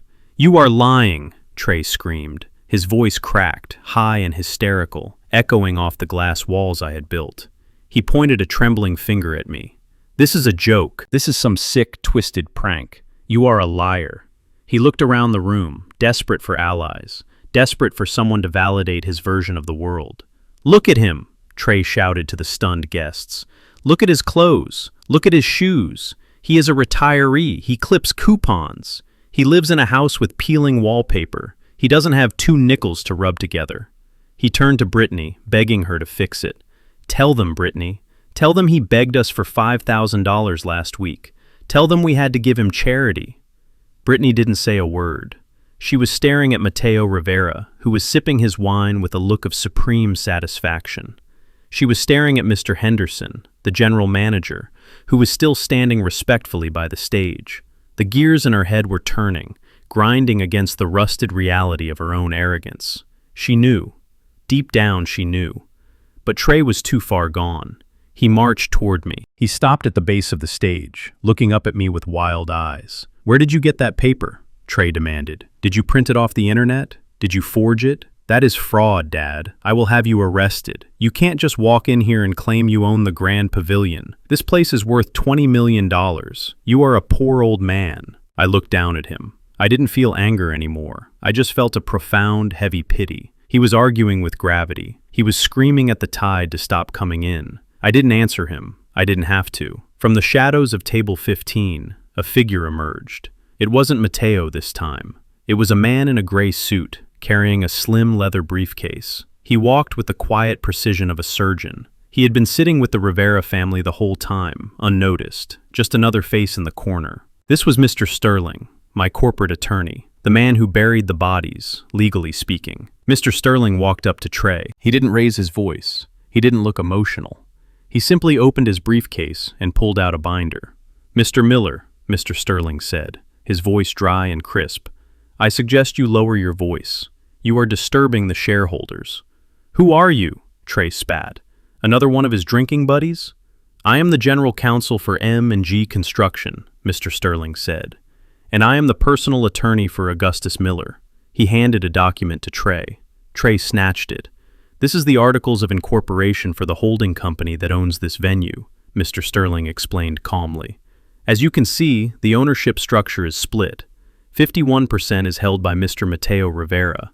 49% is held by Mr. Augustus Miller." Trey stared at the paper. His eyes darted back and forth. "But," Trey stammered, "but minority ownership, that doesn't mean he controls it." "Read paragraph 4, Mr. Sterling said. Trey read it. I saw his lips moving. "The minority shareholder, Augustus Miller, retains absolute executive veto power over all asset acquisitions, liquidations, and major capital expenditures. Furthermore, Augustus Miller is designated as the silent chairman, with full authority to dissolve the board." Mr. Sterling pulled out another document. "And this," he continued, "is the transfer of deed, executed this morning, notarized, filed with the county clerk at 9 a.m. Mr. Miller has legally transferred the title of the Grand Pavilion, free and clear of all liens, to his daughter, Zoe Miller." Mr. Sterling adjusted his glasses. "It is ironclad, Mr. Miller. Your father didn't just print a piece of paper. He just gave away an asset worth $25 million, and he did it without touching his principal." Trey dropped the papers. They fluttered to the floor, landing in the pool of red wine that Brittany had spilled. $25 million, Trey whispered. He looked up at me. His eyes were wide, vacant. He looked like a child who had just found out Santa Claus was real. But that Santa Claus hated him. "You had $25 million? Trey asked, his voice barely audible. "I have significantly more than that, son," I said gently. "Then why?" Trey screamed, the tears finally bursting forth. "Why did you live like that? Why did you drive that car? Why did you let us think you were poor?" "Because I wanted to see who you were," I said. "I wanted to see if you would love me without the money. And you gave me my answer." Trey fell to his knees. It wasn't a theatrical gesture. His legs just gave out. He knelt in the wine and the spilled papers, sobbing. But then, a voice cut through the sobbing. "Wait." It was Julian, Zoe's fiancé, or rather, her husband now. Julian stepped forward. He wasn't looking at Trey. He wasn't looking at the deed. He was looking at me with an expression of intense, dawning recognition. He walked past Zoe, past the crying groom, and stood at the bottom of the stairs. He looked up at me, squinting slightly under the stage lights. "Mr. Miller?" Julian asked. "Yes, Julian?" "Last week," Julian said, his voice trembling. "My company. We lost our funding. We were dead in the water. I was going to have to lay off 50 people." I nodded. "I remember." "Then, on Tuesday," Julian continued, stepping closer, "we got an email, an angel investor, an anonymous entity called the Architect Trust. They wired us $2 million. No pitch meeting, no diligence, just a note that said, 'Build something that lasts.'" Julian looked at Mateo, then back at me. "The Architect Trust," Julian whispered. "That is you, isn't it?" I smiled. "I read your code, Julian," I said. "I don't know much about apps, but I know about structure. Your back-end architecture is solid. You built a strong foundation. You just needed materials." Julian put his hand over his mouth. Tears welled up in his eyes. "You saved us," he choked out. "You saved my company. You saved my employees, and you didn't even tell me." "I didn't do it for credit," I said. "I did it because you are a builder, and builders help builders." The room was absolutely silent. The contrast was so sharp it cut like a knife. On the floor, kneeling in a puddle of wine, was my son. The son who had asked for money to gamble on crypto, who had tried to put me in a home to steal my house, who had uninvited me to Thanksgiving. I had given him $5,000 and a hard lesson. Standing in front of me was my son-in-law, a man who had never asked me for a dime, a man who loved my daughter when she was broke, a man who worked double shifts to pay for a wedding he couldn't afford. I had given him $2 million and a future. Trey looked up. He heard it. He understood it. "You gave him $2 million?" Trey rasped. "He is a stranger. I am your son." I looked down at Trey. "He is not a stranger, Trey," I said. "He is family. Because he knows how to treat people." I pointed to Julian. "He invited me to sit in the front row," I said. "He asked for my blessing, not my bank account. He respected me when I was wearing a flannel shirt. You couldn't even respect me when I was wearing a suit." I looked at Brittany. She was standing by the table, shaking. She realized now that the man she had mocked, the man she had tried to hide, held the mortgage on her entire social status. "Brittany," I said. She jumped. "Yes? Yes, Gus? Or Mr. Miller?" I looked at the invoice Mateo had sent her, the one marked paid. "You worried so much about the cost of a plate," I said. "You worried about the aesthetic. Well, consider the debt paid. The wedding is free." Brittany let out a sob of relief. "Oh, thank you. Thank you, Gus. But," I added, my voice turning cold, "the building now belongs to Zoe, which means she is your landlord." I looked at Zoe. She was holding the deed, looking from me to Brittany. A new strength was rising in her eyes. "Zoe," I said, "it is your house. You decide who stays." Zoe looked at Brittany. She looked at the years of bullying, the years of snide comments, the hijacking of her wedding. She stepped forward. "Brittany," Zoe said, her voice calm, "get out." "What?" Brittany gasped. "Get out of my venue," Zoe said. "You and your influencers, you and your cameras. Leave." "But the reception," Brittany cried. "The dinner. Take it to a food truck," Zoe said. "Security," Mateo shouted from the back. 4 large men in black suits materialized from the shadows. They weren't venue security. They were M&G guys. "Escort Mrs. Miller out," Mateo ordered, "and anyone who is with her." Trey stood up. He looked at me, begging. "Dad, what about me?" I looked at him. I looked at the man who had left me alone on Thanksgiving. "You can stay, Trey," I said. Trey exhaled. "Thank God." "But," I continued, "you are sitting at table 15. Trey froze. "It is a good table," I said, repeating his words back to him. "It is quiet. You can relax. And when the photographer comes around, maybe just look down at your plate." I turned my back on him. I walked down the stairs to my real family.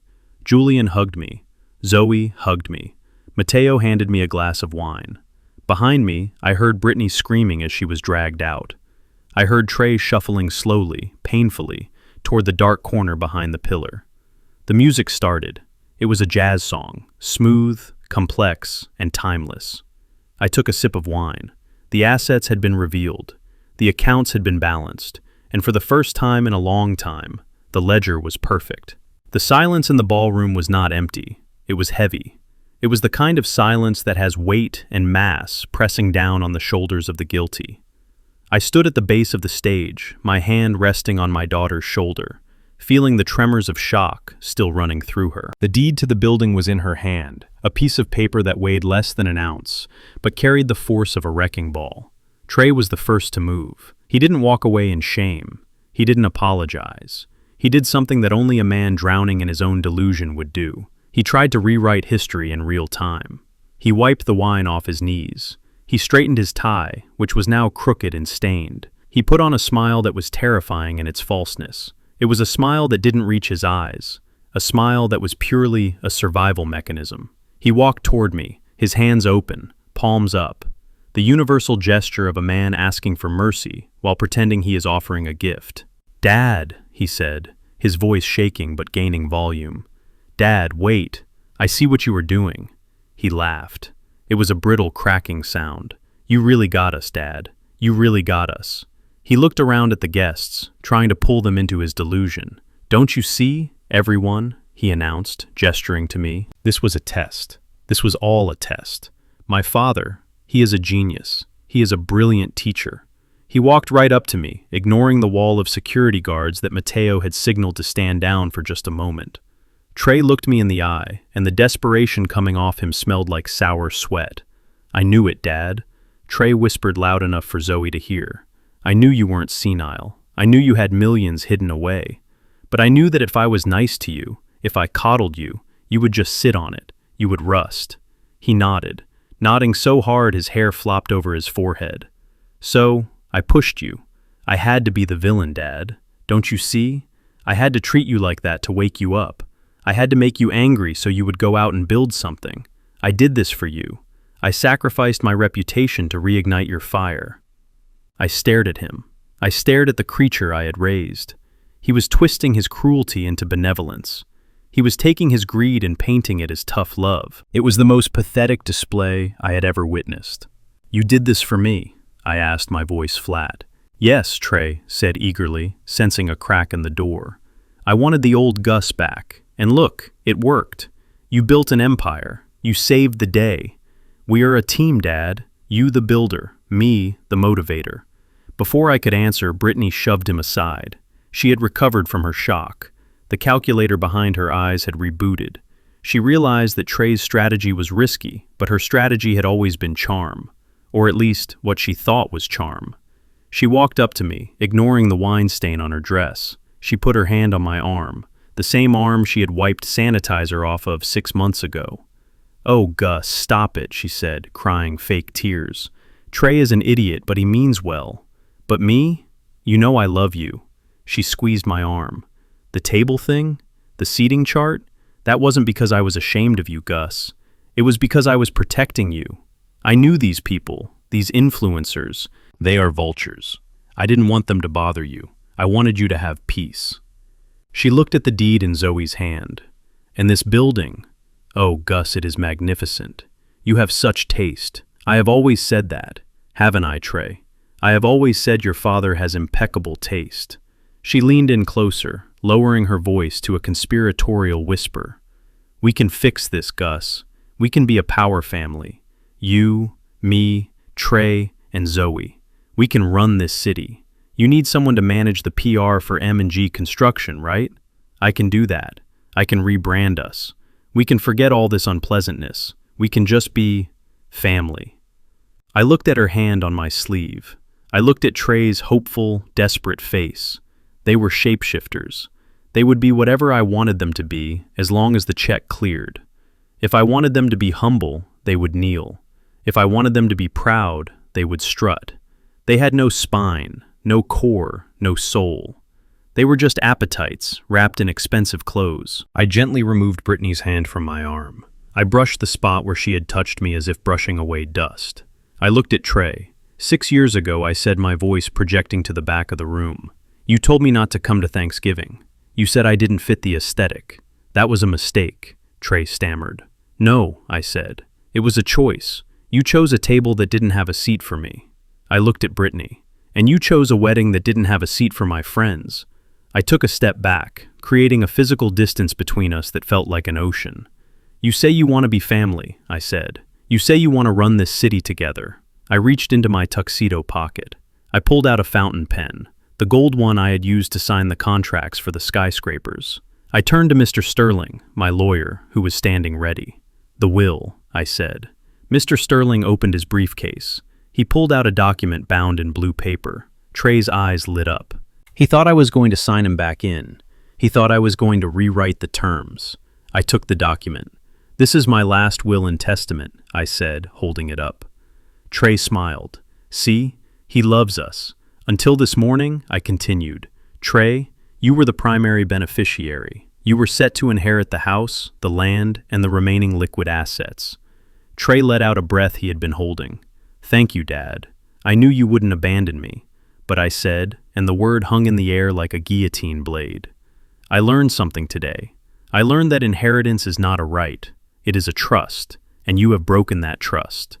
I uncapped the pen. I crossed out a name, a single thick line of black ink, Trey Miller. Then I wrote in a new name. What are you doing? Trey whispered, the color draining from his face. Dad, what are you writing? I looked at him. I am leaving my share of M&G Construction, I said, my voice ringing with finality, to the Mateo Rivera Foundation for Urban Development. Trey gasped. A charity? You are giving my money to a charity? It is not your money, I snapped. It never was. It is my sweat. It is my time. And it is going to go to people who will build homes for the poor, not buy Porsches for the vain. I looked at Zoe. And the remainder of the estate, I said, the cash, the bonds, the house, it goes to Zoe Miller. No! Brittany screamed. She lost her composure completely. She lunged at me. You can't do that. That is millions of dollars. You are stealing from us. Security, Mateo said, calm but loud. The 4 men in black suits stepped forward. They didn't ask nicely. They grabbed Trey by the arms. They grabbed Brittany. Get your hands off me, Brittany shrieked, kicking and scratching. Do you know who I am? I am Mrs. Miller. You are a trespasser, Mateo said, stepping in front of me to shield me. And you are disturbing the owner. Trey looked at me as he was being dragged backward. His heels were skidding on the marble floor. He looked like a man being dragged to the gallows. Dad, Trey screamed. Dad, please, I am your son. You can't leave me with nothing. I have debt, Dad. I have so much debt. I looked at him one last time. You have your aesthetic son, I said. I hope it keeps you warm. Take them out, Mateo ordered. The guards dragged them toward the main doors. The guests parted like the Red Sea, watching in horrified fascination. Phones were out recording every second. The live stream that Brittany had set up to broadcast her triumph was now broadcasting her absolute destruction to the world. I watched them go. I didn't feel triumph. I felt a quiet resolve. I had cauterized the wound. It hurt, but it would heal. The doors slammed shut behind them. But the show wasn't over. Through the glass walls of the lobby, we could all see the scene unfolding on the driveway. The valet had brought their car. It wasn't the Escalade, it was Trey's Porsche. Brittany broke free from the guards. She didn't run to the car. She turned on Trey. We could hear her screaming, even through the glass. She was hitting him. She was swinging her expensive handbag, beating him on the chest and shoulders. You idiot, she screamed, her face twisted into a mask of pure hatred. You told me he was senile. You told me he was broke. You lost us $25 million. Trey tried to defend himself, holding up his hands, but she was relentless. I am leaving you, Brittany shrieked. Do you hear me? I am filing for divorce tonight. You are nothing. You are a broke loser with a broke father. She threw her ring at him. It bounced off his chest and rolled into the gutter. She turned and hailed a taxi that was dropping off late guests. She got in and slammed the door, leaving Trey standing alone on the pavement under the streetlights. He looked at the closed doors of the Grand Pavilion. He looked at the party going on inside. He looked at the life he had been born into, and the life he had just thrown away. He slumped against his car and slid down to the ground, burying his face in his hands. Inside the ballroom, the silence stretched out. Then Mateo clapped his hand on my shoulder. He is gone, Pops, Mateo said softly. I nodded. I turned to the band. Play something cheerful, I said. This is a wedding, and my daughter needs to dance. The band struck up a tune. The tension broke. The guests, seeing that the chairman was smiling, began to relax. I walked over to Zoe. She was hugging Julian, crying happy tears. May I have this dance, Mrs. Miller? I asked, bowing slightly. She laughed a sound like bells. Yes, Dad, you may. We walked to the dance floor. As we spun around under the glass roof I had built, I looked up at the stars. I had lost a son that night. It was true. But as I looked at Mateo toasting me from the table, as I looked at Julian holding my daughter, as I looked at the joy in the room, I realized the truth. I hadn't lost a family. I had finally found one. The best part of a wedding is not the ceremony, with its scripted vows and stiff posture. It is not the dinner with the clinking silverware and polite conversation. The best part is the hour after the party officially ends. The hour when the DJ has packed up his speakers, the influencers have gone home to edit their photos, and the shoes finally come off. The Grand Pavilion was quiet now. The staff was sweeping the confetti from the marble floor, moving with the rhythmic swish of brooms that sounded like ocean waves. The lights had been dimmed to a warm, amber glow. The main doors were locked, shutting out the world, shutting out the drama, shutting out the son who was likely still sitting in his car, wondering where it all went wrong. We had pushed 3 tables together in the center of the room. It was no longer table 15 in the shadows. It was the heart of the building. I sat at the head of this makeshift banquet. To my right sat Mateo, his tie undone, his jacket draped over the back of his chair.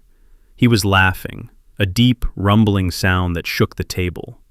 To my left sat Zoe, my beautiful daughter. She had kicked off her high heels and was sitting cross-legged on the chair, leaning her head on Julian's shoulder. Across from us were Maria, holding a sleeping toddler, and Abuela, who was currently teaching the venue's head chef how to properly wrap leftovers. I swirled the wine in my glass. It was the last of the vintage Bordeaux. It tasted of earth and history. Zoe reached out and took my hand. Her palm was warm. "Dad," she said softly. The room went quiet. Mateo stopped laughing. Maria looked over. "I didn't know," Zoe whispered. "I didn't know you were so lonely. I didn't know Trey had cut you out like that." I squeezed her hand. "I wasn't lonely, sweetheart," I said. "Not for long." I looked at Mateo. "I found shelter," I said. "I found a roof when mine was leaking." Zoe looked at Mateo, her eyes filled with tears. "Thank you," she said to him. "Thank you for being the brother he deserved. Thank you for saving him." Mateo smiled. He didn't brush it off with a joke this time. He looked serious. "He saved me, Zoe," Mateo said. "I was a contractor with a truck and a lot of debt. He gave me the blueprints. He gave me the confidence. We saved each other." Abuela walked over to the table. She placed a small plate of wedding cake in front of me. She tapped the table with her finger. "Eat," she commanded. "You are too thin." We all laughed. It was a genuine, healing sound. It bounced off the glass walls and filled the empty space where the pretension used to be. I looked around the table. I looked at Julian, who was talking to Leo about coding. I looked at Sophia, showing Maria pictures on her phone. I looked at this mismatched, chaotic, beautiful group of people. And then my eyes drifted to the empty chair next to me. It was the chair I had instinctively left open. For years, in my mind, that chair had been reserved. It was reserved for the memory of my wife, Beatrice. And, in a darker corner of my heart, it had been reserved for Trey. I had kept it open, hoping that one day he would walk through the door, apologize, and sit down. I had kept it open because a father never truly gives up on his child, even when he should. But tonight, looking at that empty chair, I felt something shift. The emptiness wasn't heavy anymore. It wasn't a void waiting to be filled. It was just space. I realized that I didn't need Trey to sit there to make the table complete. I didn't need his validation to be a patriarch. I didn't need his aesthetic to be happy. The chair was empty, but my cup was full. I took a sip of wine and let the realization settle in my bones. I had spent so much time grieving the family I thought I was supposed to have, the bloodline, the name, the tradition, that I almost missed the family I actually had, the family that chose me. I looked at Mateo. He caught my eye. He always knew what I was thinking. He reached under the table and pulled out a long cardboard tube, the familiar canister of blueprints. "You tired, Pops?" Mateo asked. I smiled. "I am never that tired." "What is next?" Julian asked, leaning forward with interest. "Another skyscraper? A stadium?" Mateo uncapped the tube. He slid the papers out onto the tablecloth, pushing aside the crystal wine glasses and the remnants of the cake. He weighted the corners down with forks. "Not a skyscraper," I said. We all looked at the drawing. It wasn't a towering monolith of glass and steel. It was something different. It was low, wide, and welcoming. It had gardens. It had open courtyards. It had large windows designed to let in natural light. "This," I said, tracing the lines with my finger, "is the next project." Zoe squinted at the title block. "The Beatrice Miller Community Center," she read aloud. She looked up at me, her hand flying to her mouth. "Mom?" I nodded. "It is not for profit," I explained. "It is for people. It is a place for the seniors in this city who have been forgotten, the ones whose families are too busy, the ones who eat dinner alone on holidays." I pointed to the different sections. "Here is a cafeteria that serves hot meals 3 times a day, free of charge. Real food, not cafeteria slop. Food like Abuela makes." Abuela nodded approvingly at the mention of food. "Here is a workshop," I continued, "for retired tradesmen who still want to work with their hands, but can't handle the heavy lifting anymore. They can teach the younger generation. They can fix toys. They can build furniture. And here," Mateo added, pointing to a large wing, "this is the medical center. Free checkups. No insurance needed. funded entirely by the profits from the Grand Pavilion.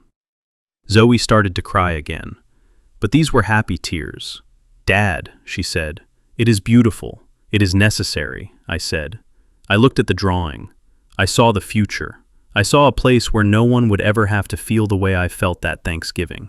I saw a place where dignity wasn't determined by your net worth or your aesthetic. "You are going to build this?" Julian asked. "We are going to build it," I said, looking at Mateo. "And we are going to build it right. Copper pipes, reinforced foundation. It will stand for 100 years. Mateo rolled up the blueprints. "We break ground on Monday," he said. I sat back in my chair. The fatigue of the day finally started to wash over me, but it was a good fatigue, the kind that comes after a hard day's work. I looked out the glass walls of the venue. The city lights were twinkling in the distance. Somewhere out there, Trey was probably sitting in a hotel room, blaming the world for his misfortune. I hoped, for his sake, that he would eventually find his way. I hoped he would learn to build his own life, instead of trying to steal mine. But I couldn't build it for him. I had to let him go. I stood up. My knees popped, but I felt strong. I picked up my glass. "To the future," I said. "To the future," they all echoed. We drank. I walked over to the window. I looked at my reflection in the glass. I didn't see a lonely old man. I didn't see a victim. I saw Augustus Miller, father, builder, survivor. I adjusted my tie. I turned back to the room filled with laughter and love.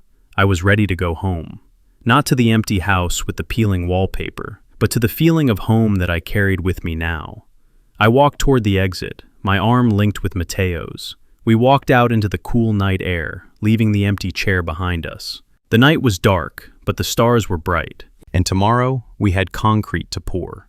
They say blood is thicker than water, but sometimes, water is the only thing that washes away the pain inflicted by your own blood. My son pushed me away to please a wife who despised my existence, leaving me to face the holidays alone.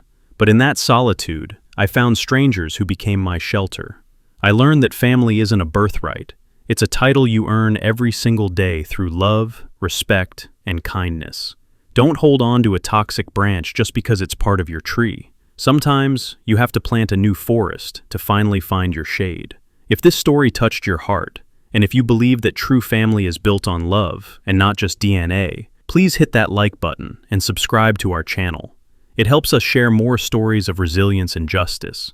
And I want to hear from you in the comments. Have you ever found family in an unexpected place? Share your story below. I read every single one. Until next time, keep building your own legacy. Stay strong.